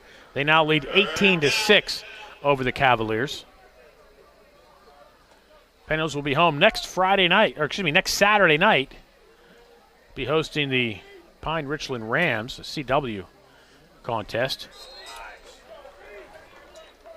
And Pearson gaineth, and Pearson now loseth. Loss of 4. Pearson brought down in the backfield by number 20, Jovan Brown. Brown with the tackle for the Indians, and brings up a 4th down now for the Cavaliers. Roach. And it seems like when Kiski has able to get a positive play going, the very next play, Penhills is right there and hits for a loss, and talking about a punt coming up. Yeah, Kiski will be at home Friday night to take on the North Hills Indians. Nice kick. Roach at the 50-yard line, bobbles it, picks it back up, and gets back to the 50. No A Roach. lot of running for a zero-yard return. Indians will take over with 8:44 to go in the third. They are up by 12, and they will have the ball at the 50. Again, I think I flubbed that all up. The Indians will be at home Saturday night, 1 week from tonight, hosting the Pine Richland Rams. Yes.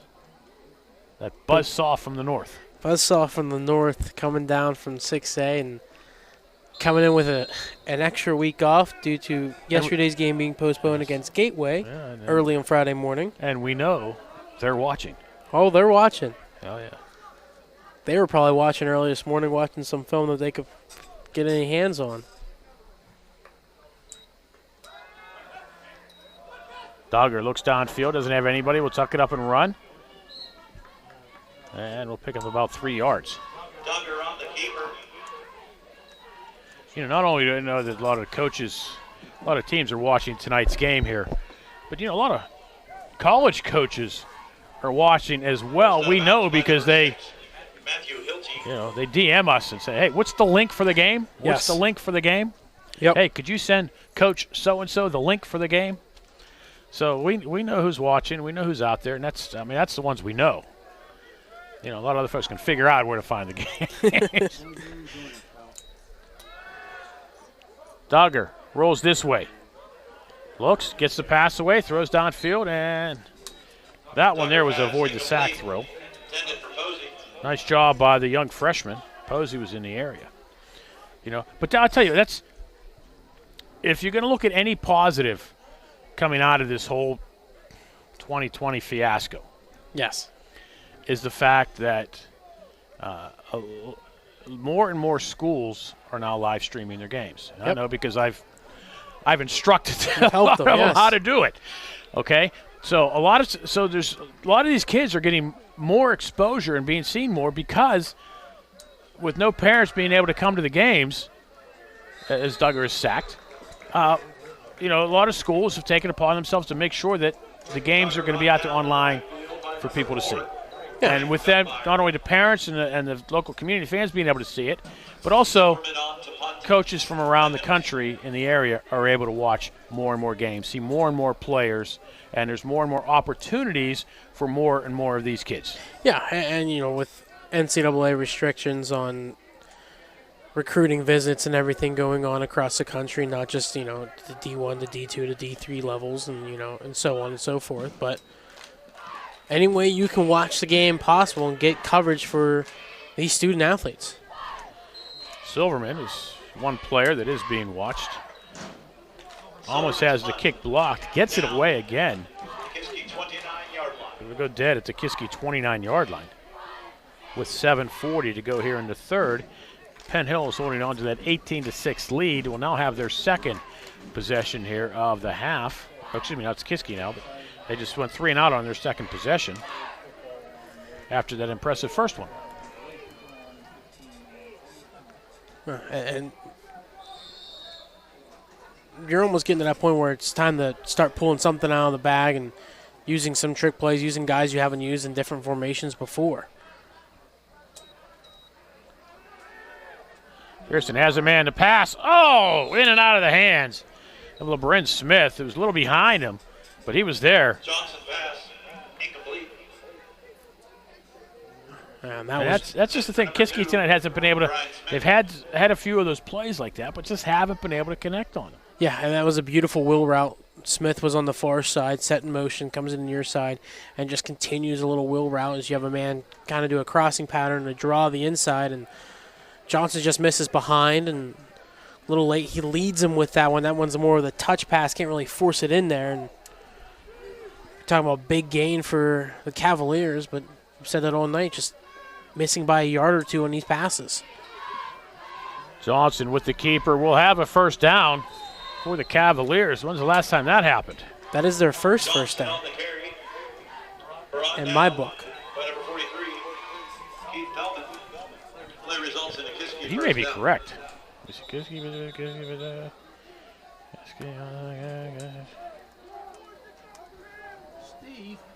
chop it in. You, sir, are correct. There you go. So it hasn't happened. That was the first glimpse. Wow. That's why I was like... A little shock and awe there. Johnson again will throw. Lofts one downfield and a little... couple of number threes get tangled. It's Heinley and Barney. Nothing called. That was all incidental.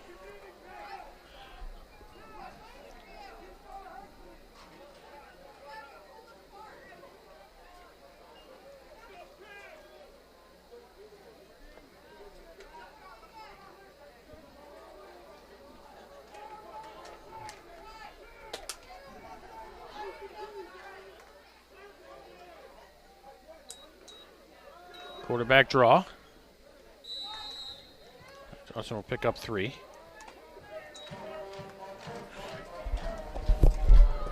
Johnson on the keeper. And this is the part we've seen where Kiski has run the quarterback sneak, or the designated run, really not a sneak, a designated QB run, and picked up a couple yards, but haven't been able to keep the drive alive. We saw the last time Johnson was able to run for the first down and pick up the first one of the night for the Cavaliers, but to keep this offense going, to get on and get into the end zone, he's going to have to complete some more passes downfield. Johnson running for his life, gets the pass away, incomplete. That was to avoid a sack. Braden Dunmeyer was in the general area. Johnson pass. And that'll bring up a 4th and 7. And the punt team will come on with 6:20 to go here in the third. Again, Penn Hills 18, Kiski 6. And I think all those designated QB runs, not having Kenneth Blake back there, is starting to get to Johnson. That last one, after he was hit after throwing it, he's slow. He was slow to get up, and he was taking his good old time to get to the sideline. We have And the Indians will call a timeout. Timeout. Penn Hills. It's because they had 12 men on the field. Well, good reason to call, but unfortunately, another time where personnel issues have cost a timeout for the Indians tonight.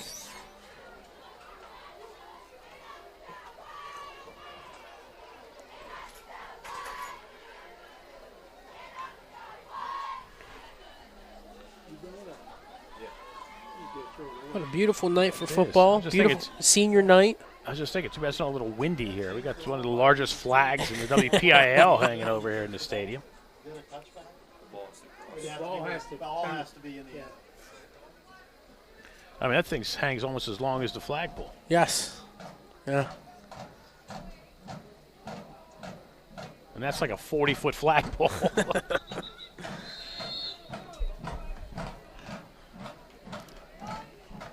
Saw it waving earlier. It was impressive.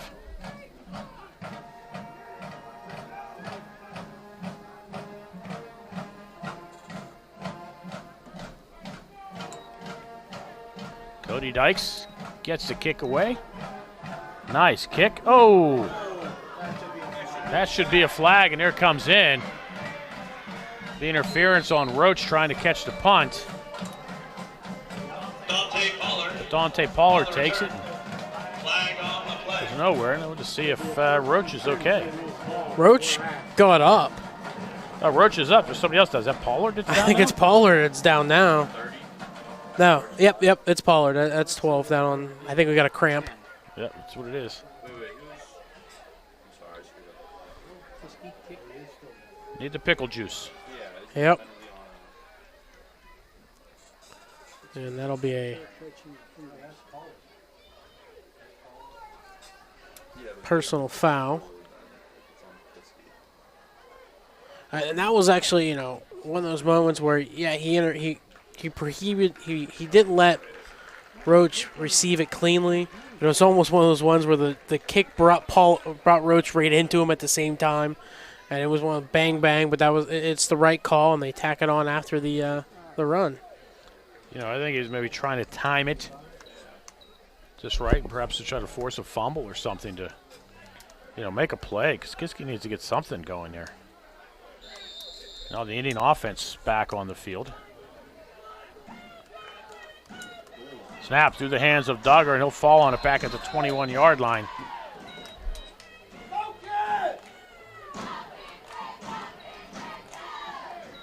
Julian Duggar covers the Penn Hills fumble. It's a loss of 14.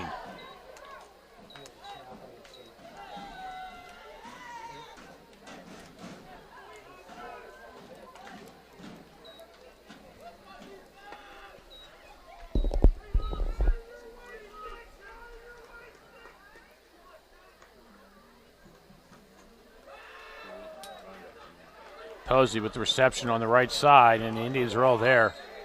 Not sure they're going to call a block in the back on the Indians' Claude Vangelis. Duggar pass complete. The laundry is out on the ground, Justin Posey. so you're going to get that call. But will Kiski take it? Going to bring up a 3rd and 23.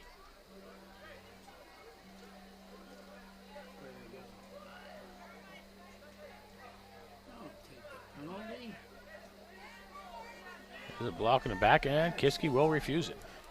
And that's the advantage of that snap over the head, makes it 2nd and long. You can afford to load the box and bring the pressure, and Duggar had a Kiski hand in his face when he was trying to throw that, and then you get the illegal block. It didn't matter. No gain really on the play.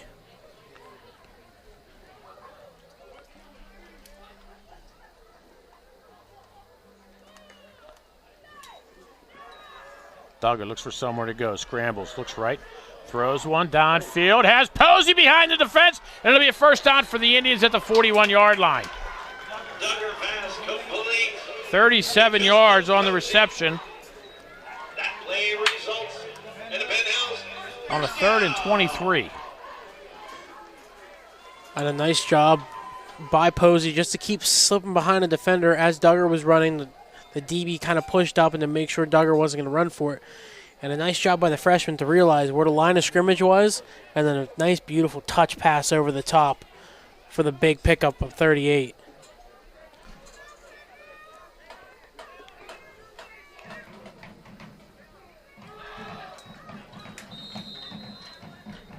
Juwan Brown on the carry. Brown for a couple.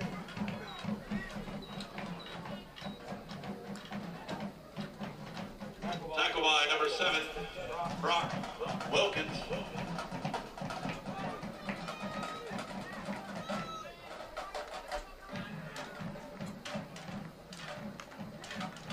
We're seeing more of a Brown Topek backfield with Pollard cramping up on the punt return.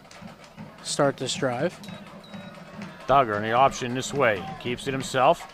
Inside the 35. Pushed out of bounds at the 32-yard line for about 6. Forced out of bounds by number 9, Logan Johnson.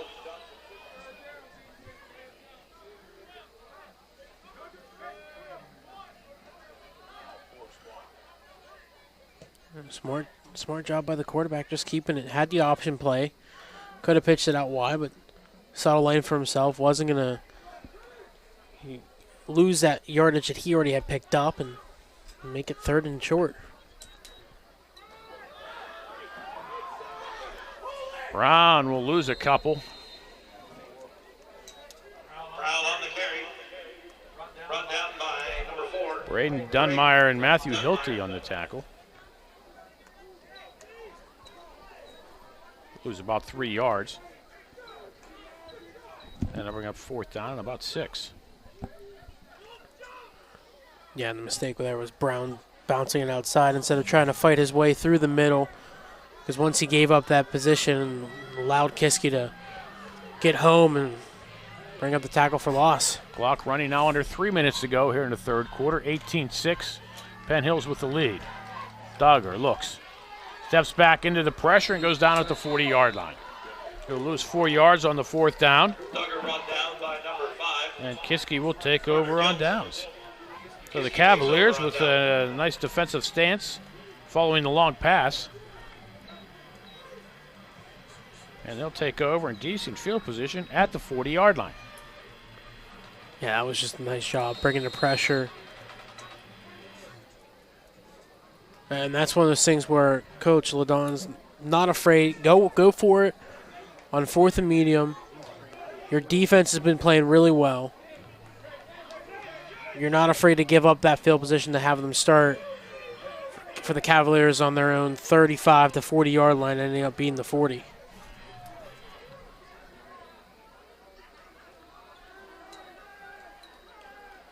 So rolls to the left, throws just a bit too far for Heinley. Johnson pass, incomplete. Intended for Heinley.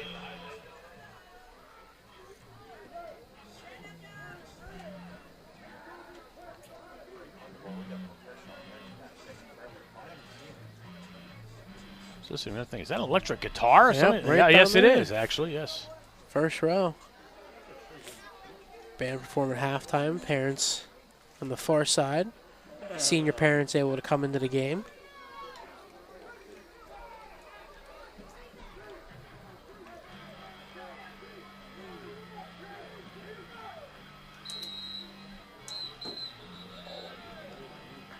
Oh, too much time.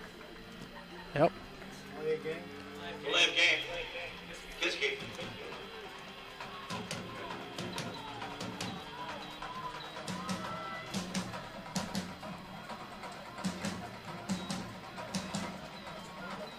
Somebody let Metallica in.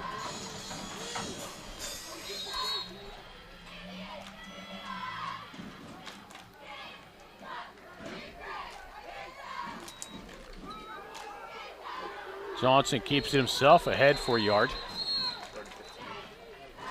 Johnson on the keeper.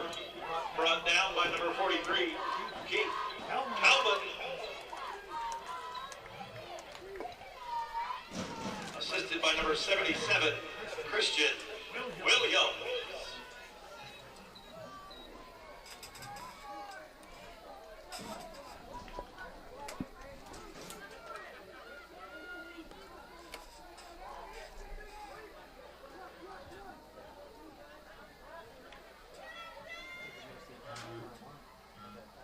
Finally moves in motion right to left. Johnson looks that way, launching one downfield towards him. And it'll fall incomplete.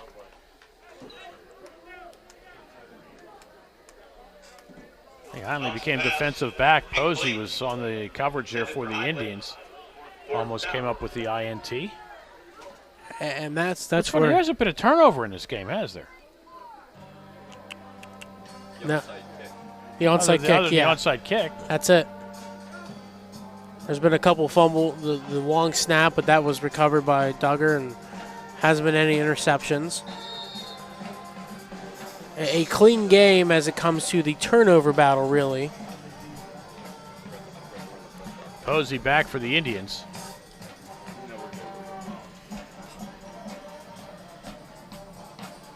That's Cody Dykes to punt for Kiski. High one, might bring rain. And the Cavaliers will down it at the 34-yard line. 1:53 to go here, third quarter. Penn Hills 18, Kiski area 6. The Penn Hills 34-yard line. It's just been a struggle for Kiski. You know, the Cavaliers' defense has played really well tonight. You know, they've limited Penn Hills when possible. A couple big plays that started the third quarter, but the offense hasn't been able to help do anything. Yes, you lose Kenneth Blake, but the play calling seems to just be stick with the running back and running with Johnson, and then not able to complete a pass and been able to move the chains when possible. Duggar on the near side. Penalty flag comes in, way behind everything. Going up the sidelines for the Penn Hills touchdown is Chase Barney, but we're going to check the flag. Did you see anything? I just threw it. It just looked like there was nobody anywhere. I think we might get an illegals. Almost like a pick play, almost. 'Cause that's where that's at, and all the Indian players hands are going to their helmets in disgust. It was I call offensive pass interference. Yeah, Looked PI. looked like Justin Posey was coming down. He kind of turned back to look back and ran into the defensive back. Yeah, basically set a pick play and got called.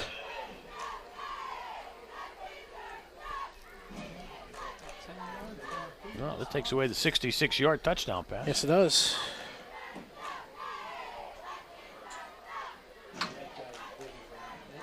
It'll be 1st and 20.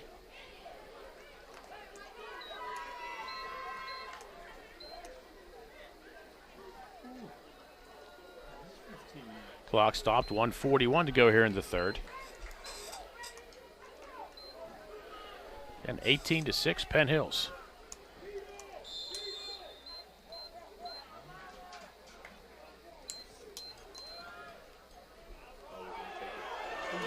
And a big hole and a big run for Duggar across the 40-yard line, close to a first down. Duggar on the keeper. Yeah, but you're going to get a block and a back called against Brendan Hill. He shoved the man down and it wasn't truly necessary. Holding is what they're actually going to call.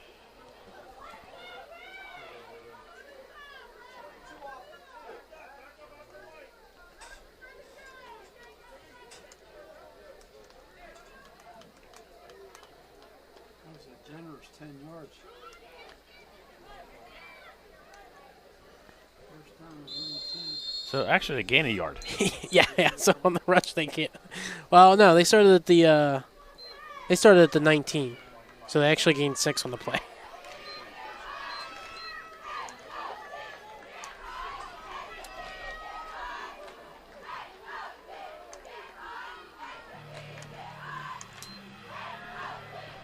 Duggar looking right, throws that way towards Chase Barney and through his hands. Tight coverage on the play. And we got another flag. Roughing the passer called against Kiski, so that'll be 15 and an automatic first.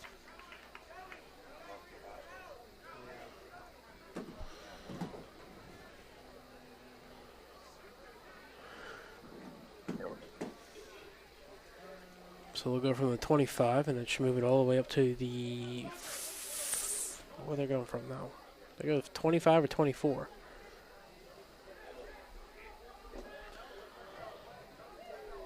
But just count them. Okay. Roughing the passer. Kiski. So, and it remains first down. So instead of 1st and 20, it's now 1st and 5. Yep. What turn of events that is. And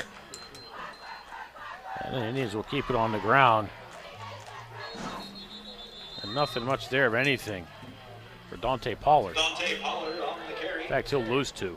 Run down by Brayton Dunmeyer.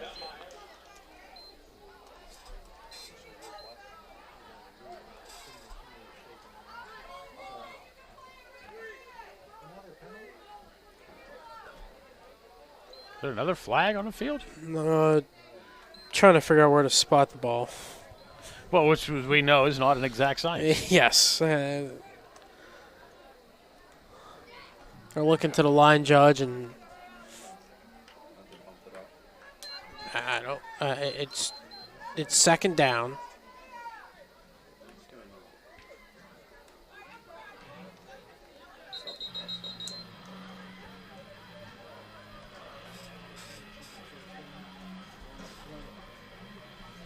It's a way to slow Hold things on, down, isn't it? Whoa! What are we doing here? Right, moving the host.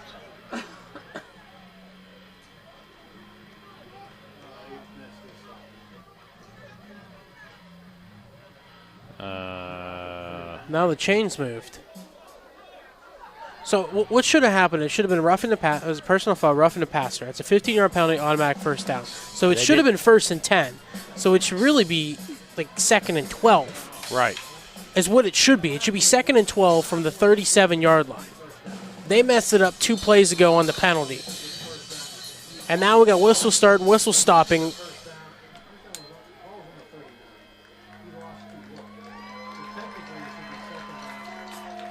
It should be 2nd and 12 from the 37-yard line.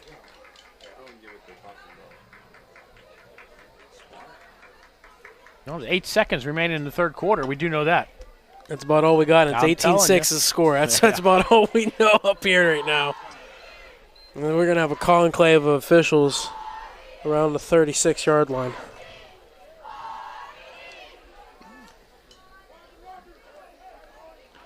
Again, as far as we know, up here in the booth, it should be 2nd and 12, and they should move the chains up to the 39-yard line.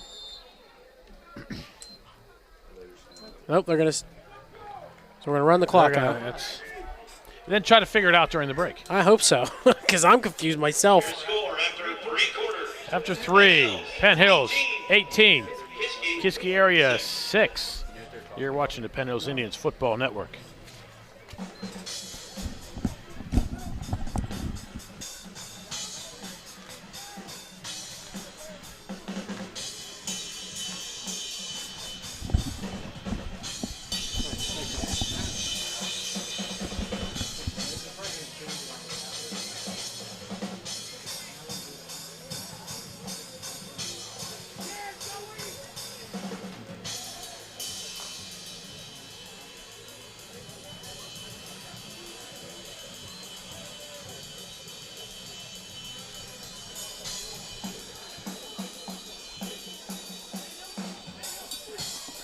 So we'll see whenever they move the chains down to the other end if they.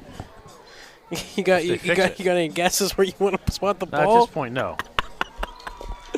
Because I don't. No. I mean, we know what it should be. And it looks like they're sticking with the 2nd and 10 from the 37, which makes no sense. But That's their story and their. they're sticking to it. That's right. But Well, they changed sides. And we'll go left to right now.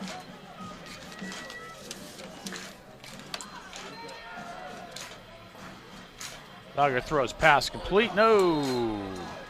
Get out of the hands of Noel Roach on the near side. That was a bit of a bullet. And we've seen a couple of those tonight from the Indians. Those passes that have some velocity and some zip behind them. Just trying to turn upfield too soon and losing focus and dropping them. We saw it out of Jaden Duggar earlier, and this time Noel Roach. So we're sticking with a 3rd and 10.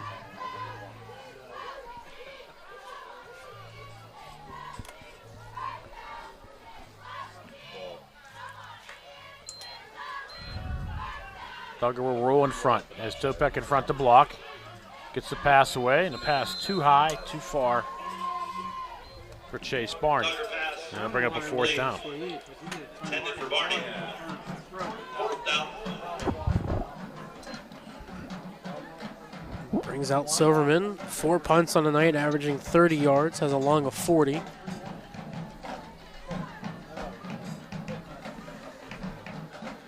Again, Kiski, 1 first down in this game. 1 for 12 on passing, and that's your not able to complete a pass when needed has really hurt the Cavaliers, unlike the Indians who've been able to do so. Silverman, nice booming kick. Hits it to 15, takes a Cavalier bounce. Now takes a bit of an Indian roll. We'll go dead at the 15-yard line. Wow. 49 yards. Well, 48 from the 37. Beautiful kick. Kid can kick. He's got the leg strength. It's there.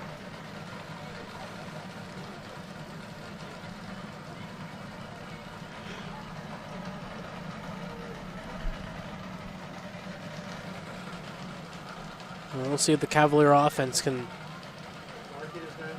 complete a second pass and maybe even achieve a second first down of the game. Still in the game with 11:36 to go in regulation, only down by 12.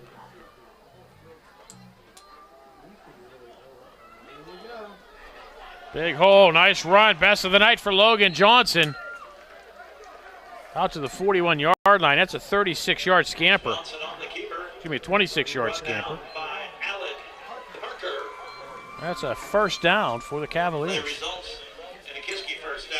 Offensive line was finally able to open a hole because so far Penn Hills, they're bringing the linebackers on the outer half of the line, and the interior finally created a space, and Johnson made one man miss, and he was able to pick up the first down and the longest rush of the night for the Cavaliers.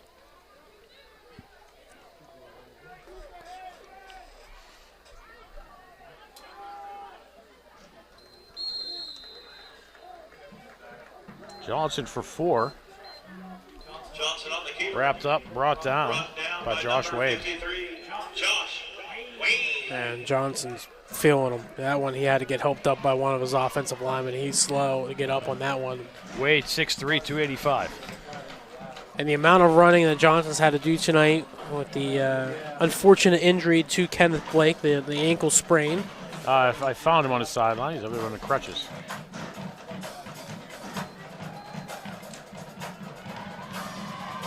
Pass complete. Heinley Johnson pass. down to the 44-yard line. 11 yards. And a first down for the Cavaliers. And a Kiski first down. Best drive of the night so far for the Cavaliers, getting a little momentum going here. Never too late.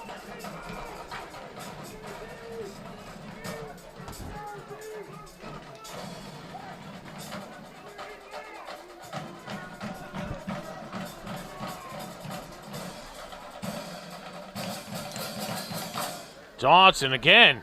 First down, Cavaliers inside the 30 to the 27-yard line, 16 yards. And another first down. 3 first downs in this drive so far for the Cavaliers. They had won the entire game coming into it.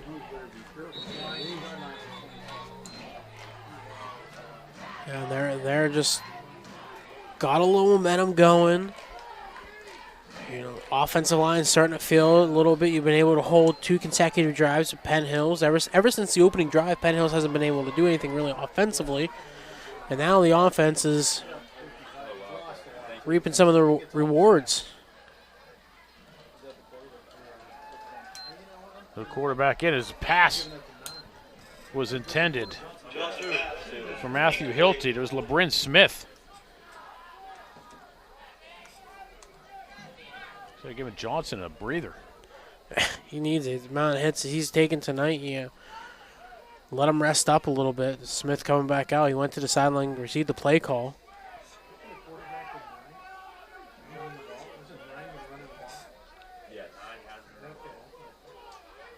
And they actually got Johnson lined up as a wide receiver out here on the left side. Smith scrambles for this one. Down to the 19.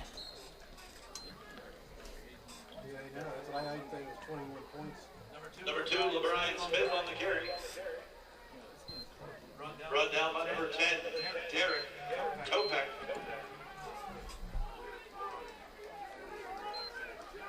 This kind of sets up maybe one of those future trick plays where you have Johnson line up wide receiver. He backs off a little bit. Smith goes to Johnson, and then Johnson throws it towards a wide receiver streaking down the field as a potential trick play, running these kind of offensive sets. Smith throws too high.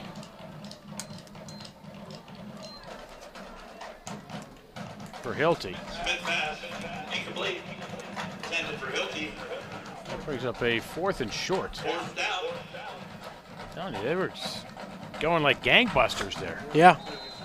Now they stalled. I mean, if Cavaliers can get into the end zone on this drive, it really would change the complexity of this game. And they're going to talk it over with the timeout here. First one of the second half used. As you can see, 9:05 to go in this game. Penn Hills 18, Kiski area 6 on the Indians Football Network. And the Indians haven't played bad defense. It's just this drive, a couple big plays, and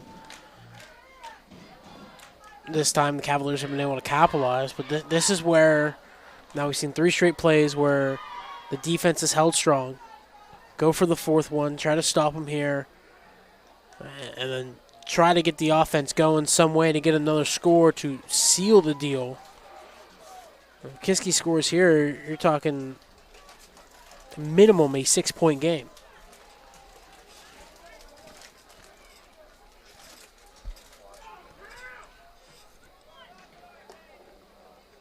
Each team with 2 timeouts left.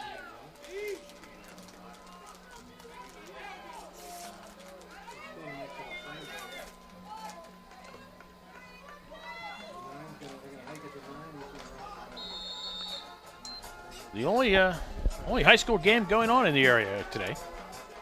It's right here.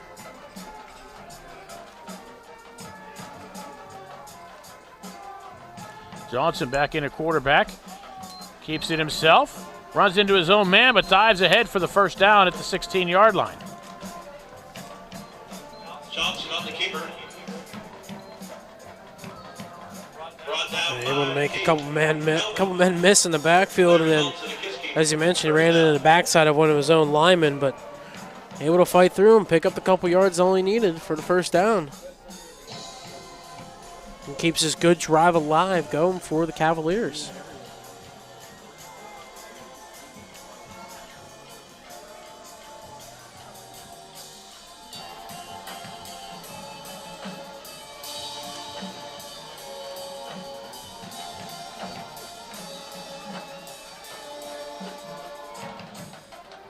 Smith comes in motion this way. Johnson looks at him and then throws towards the end zone.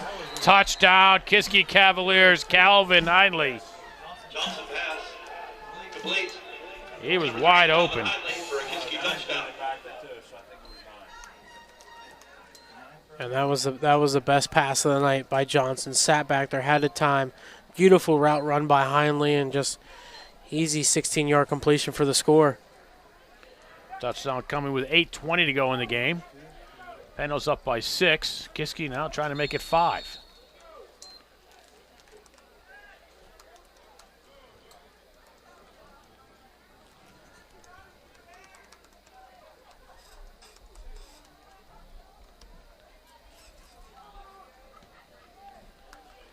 Dice kick is up and good. Score Penn Hills 18.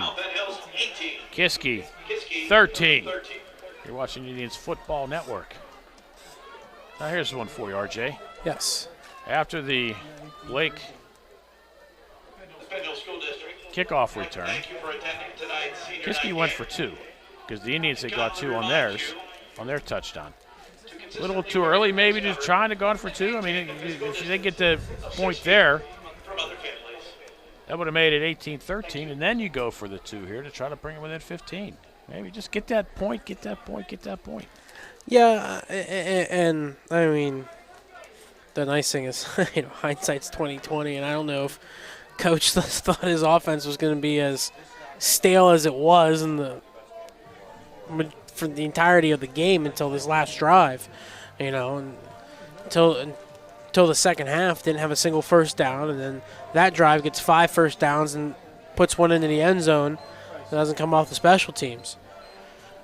And the way your defense played the last 2 drives, you got to feel a little confident here. Been able to hold the Indians, but Penn Hills, you have a very good, talented young quarterback who is a two-way threat, and you have plenty of offensive weapons around him to get this offense going here on this drive. Penn Hills able to fall on it at the 40-yard line. Penn Hills will begin their drive on their 40-yard line. No, the Penn Indians have been doing a lot of throwing here. Now, is it time? 8:20, 8:19 to go here to try to eat clock?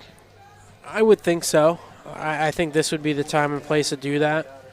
Try to get the running game going again. I know last drive you were missing Pollard, but here he is trotting back out into the field, into the backfield with Derek Topak. And you got 3 good runners in there, including Julian Duggart. 9 plays, 85 yards on the Kiski touchdown. Duggar options this way. Pollard across the 40, the 45, the 50. Pollard into the secondary, inside the 40, down inside the 35 to the 34-yard line.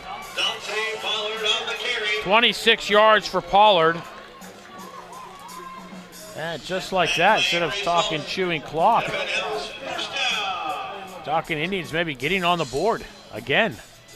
And just as you called it, going back to the run, going to the bread and butter, and nice little option pitch, and Duggar gives it off to Pollard, and Pollard does the rest of the work. Yeah, do it the other direction now. Yeah, it'll just be Pollard on a straight dive play inside the 30, the 25, the 20, inside the 15, out of bounds, close to the 10-yard line. Well, we got some laundry on the field, though. Oh, at the 18-yard line. Flag on the play. Sometimes they feel like behind them, they just. Where is he going to run? What are they taking? Well, downfield holding. Yep. So they'll get back from the 18-yard line. They'll go back to the 28-yard line. So it'll actually be 1st and 4.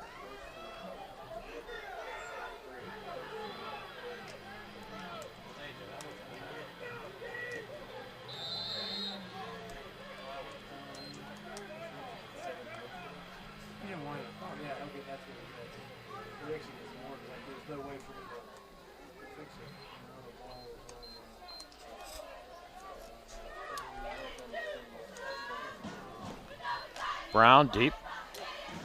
He's going to Topak. And Duggar will keep it himself. We'll have the first down at the 22-yard line.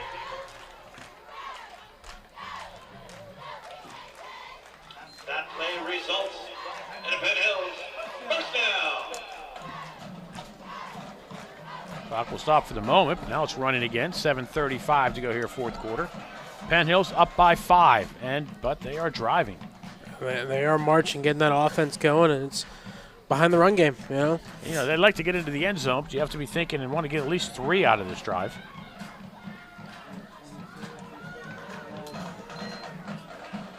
Pollard to the 16 for 6. Just keep feeding him the ball. And as aggressive as he's running straight downhill, he's not worried about bouncing it out left or right. He sees that hole, he's going right through it and getting some good yardage on these carries.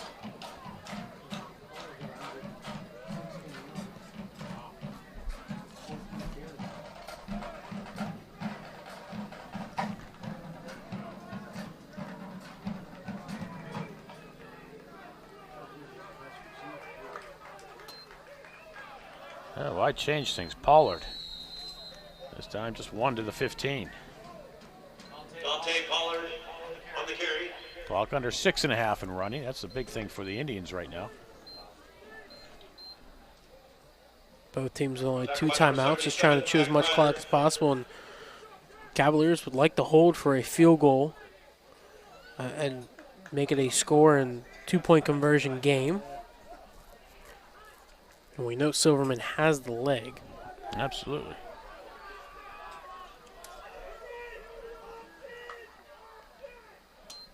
Pollard straight up the middle, inside the 10, down to the 6-yard line. It'll be 1st and goal, Indians. Dante Pollard on the carry. Mark him at the 7 for a gain of 8. Don't worry about the field goal right now. We're going to get the first 6. down, and we're going to keep chewing up some clock.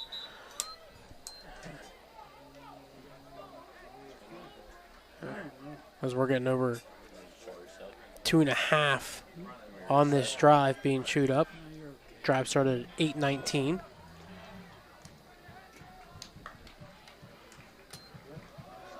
Dogger keeps it himself, tries to get to the outside, gets a block, runs into his own man, actually.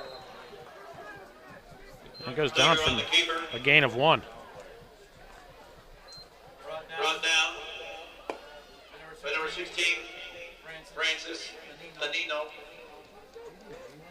Now the Indians are looking at that play clock there. It's behind the end zone. And they're going to try to use every bit of it they can. Yes. At least they should.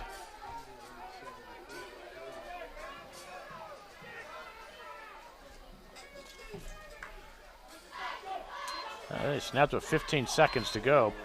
Pollard tries to get to the outside. A penalty flag comes in. Pollard down to the 3. And you're going to get a Pollard on the carry. block on Derek Topak. He either a hold or a block in the back, one of the two. So it's going to come back. And that's huge too, because that puts them back outside the 20. Yes.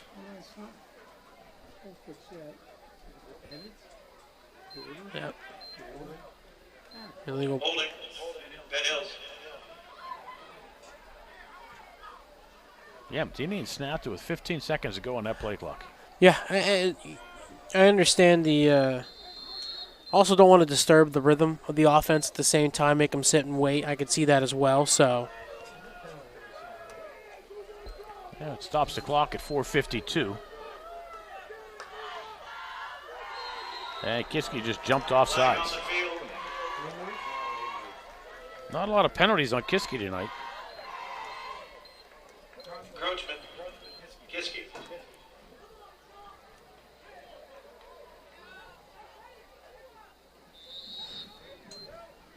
No, that's only the 6th penalty on Kiski so far tonight.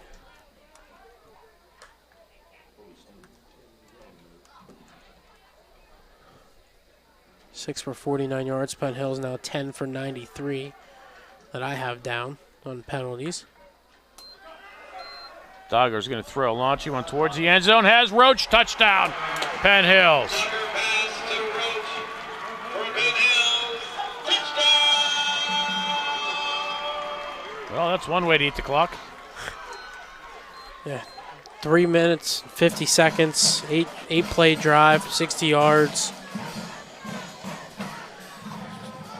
A beautiful pass. Dogger thrown from the far hash to the near side. Right in the breadbasket of Roach. And it's just a beautiful pass right over top 2 defenders. Drops it right in. Easy pitch and catch for the score.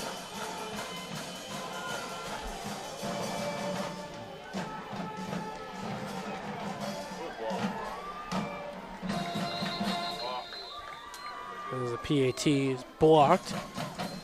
Extra point is Score remains. Penn Hills 24, Kiski 13, 4:29 to go here in quarter number 4.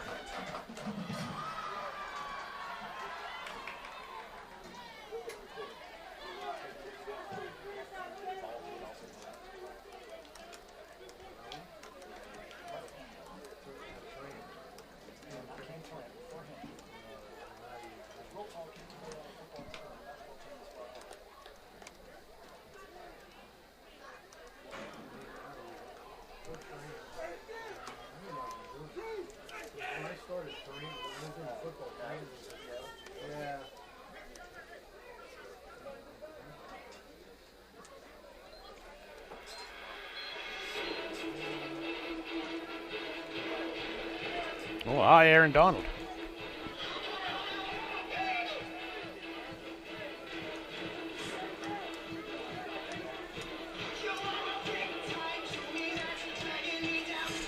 So if the Indians are able to hold on here, they'll go 1-0 in the conference, and those first 2 non-conference losses really are going to be just a memory. One, they don't really matter anything as far as standings, but the Indians 1-0 in the conference, and that's really all that matters. And going into a big game next week against the Rams of Pine Richland. Kickoff will hit it to 15, roll behind everybody, finally picked up at the 3-yard line. And Kiski is going to be at their own 5. Wow. James Pearson on the return. That's how things change. Kiski had some momentum going, and the Indians made a nice drive. And now the Cavaliers backed up at their own 5-yard line against an Indian defense, which really has been playing very well. Yeah, and that was one of those, a Cavalier returner watched that ball and it looked like it was going to go out of bounds, and all of a sudden about the 15-yard line, it made a left-hand turn. It got the point just the right way, and it went towards the 3, and Pearson was like, well, I got to grab it now, and only able to pick up 2 yards. And funny thing about those footballs, you can't tell which way they're going to roll or bounce. Nope.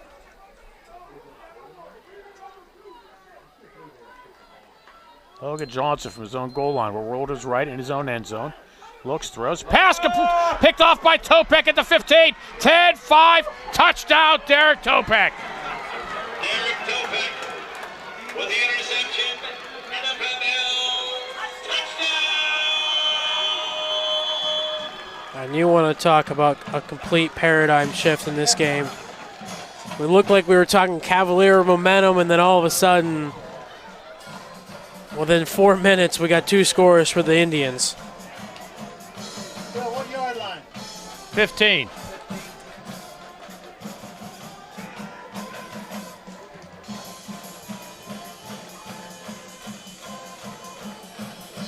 You know, call me old school. But there is nothing like good defense. No. I'll take a good defense over a good offense. I mean, if you got a team that plays good defense, I'm telling you, I mean, the old adage that defense wins championships is correct. Yeah, and looks like Topek was shaking up a little bit on the return. I mean, he's getting, not that this is a championship game, but you know that. No, yeah, this is, and you got, for the longest time, you got to give Kiski credit too for the defense they played until this last 4-minute stretch where, and that one's not the defense's fault. That's an interception return. Well, but as we've seen it again, teams exchanging touchdowns. Yes. And it's been, we even mentioned earlier in the game, I mean, it's been watching a defensive game. Yep. And Penn Hills was the team to make the big defensive play with the pick 6 there by Topek. Other than the onside kick, that was the first turnover of the game by either side. Kick up and good. Score Penn Hills 31, Kiski 13, 4:14 to go here in this fourth quarter. And now it appears even more so that the Indians will pick up the first win of the year. And that's just, on that pass, that is a pass Logan Johnson has gotten away with a couple times tonight, throwing back towards the middle, double coverage, the ball's normally falling to the turf. This time, threw right into the heart of Derek Topek, and all he saw was daylight towards the end zone, and he's able to find his way in there for the score.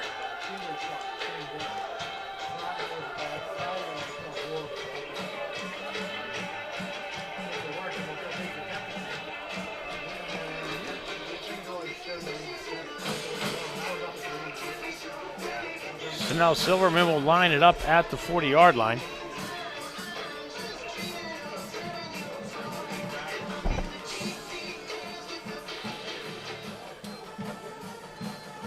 Do it again. Goes into the sideline. Kiski will return it out to the 35 this time. As we mentioned on the previous kickoff, whenever it was just bouncing everywhere, they're pinning their own 5-yard line. Yep. And a nice job that time by Heinley. He wasn't taking that chance of it hitting inside the boundary and kicking left. Just pick it up and run it and return it 15 yards to the 35.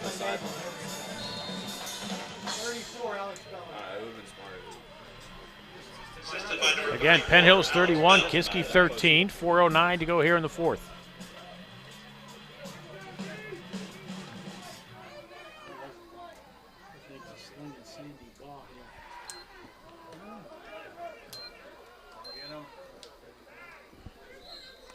Johnson on the keeper. Johnson will pick up 6.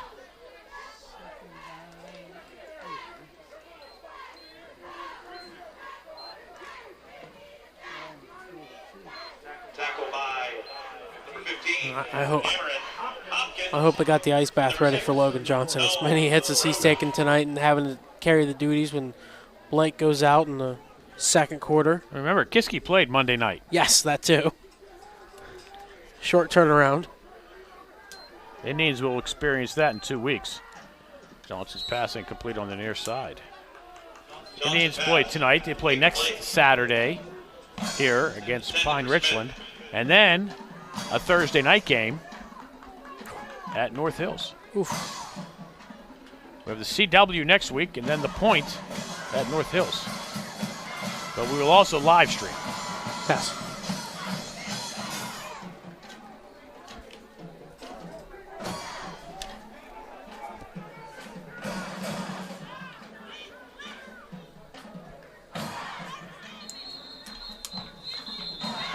The Indians may have jumped off sides. Yep. Yes, they did. Free first down.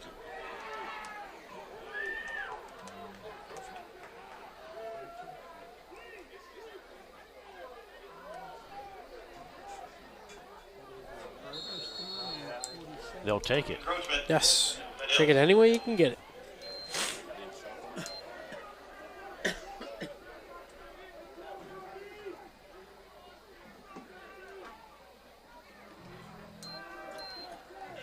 Johnson will throw, and there's a pass caught. They're going to say it is. Johnson pass, incomplete. Matthew Hilty. Number 6, Matthew Hilty. Play results in a Kiski first down. Well, Kiski fighting to the end here.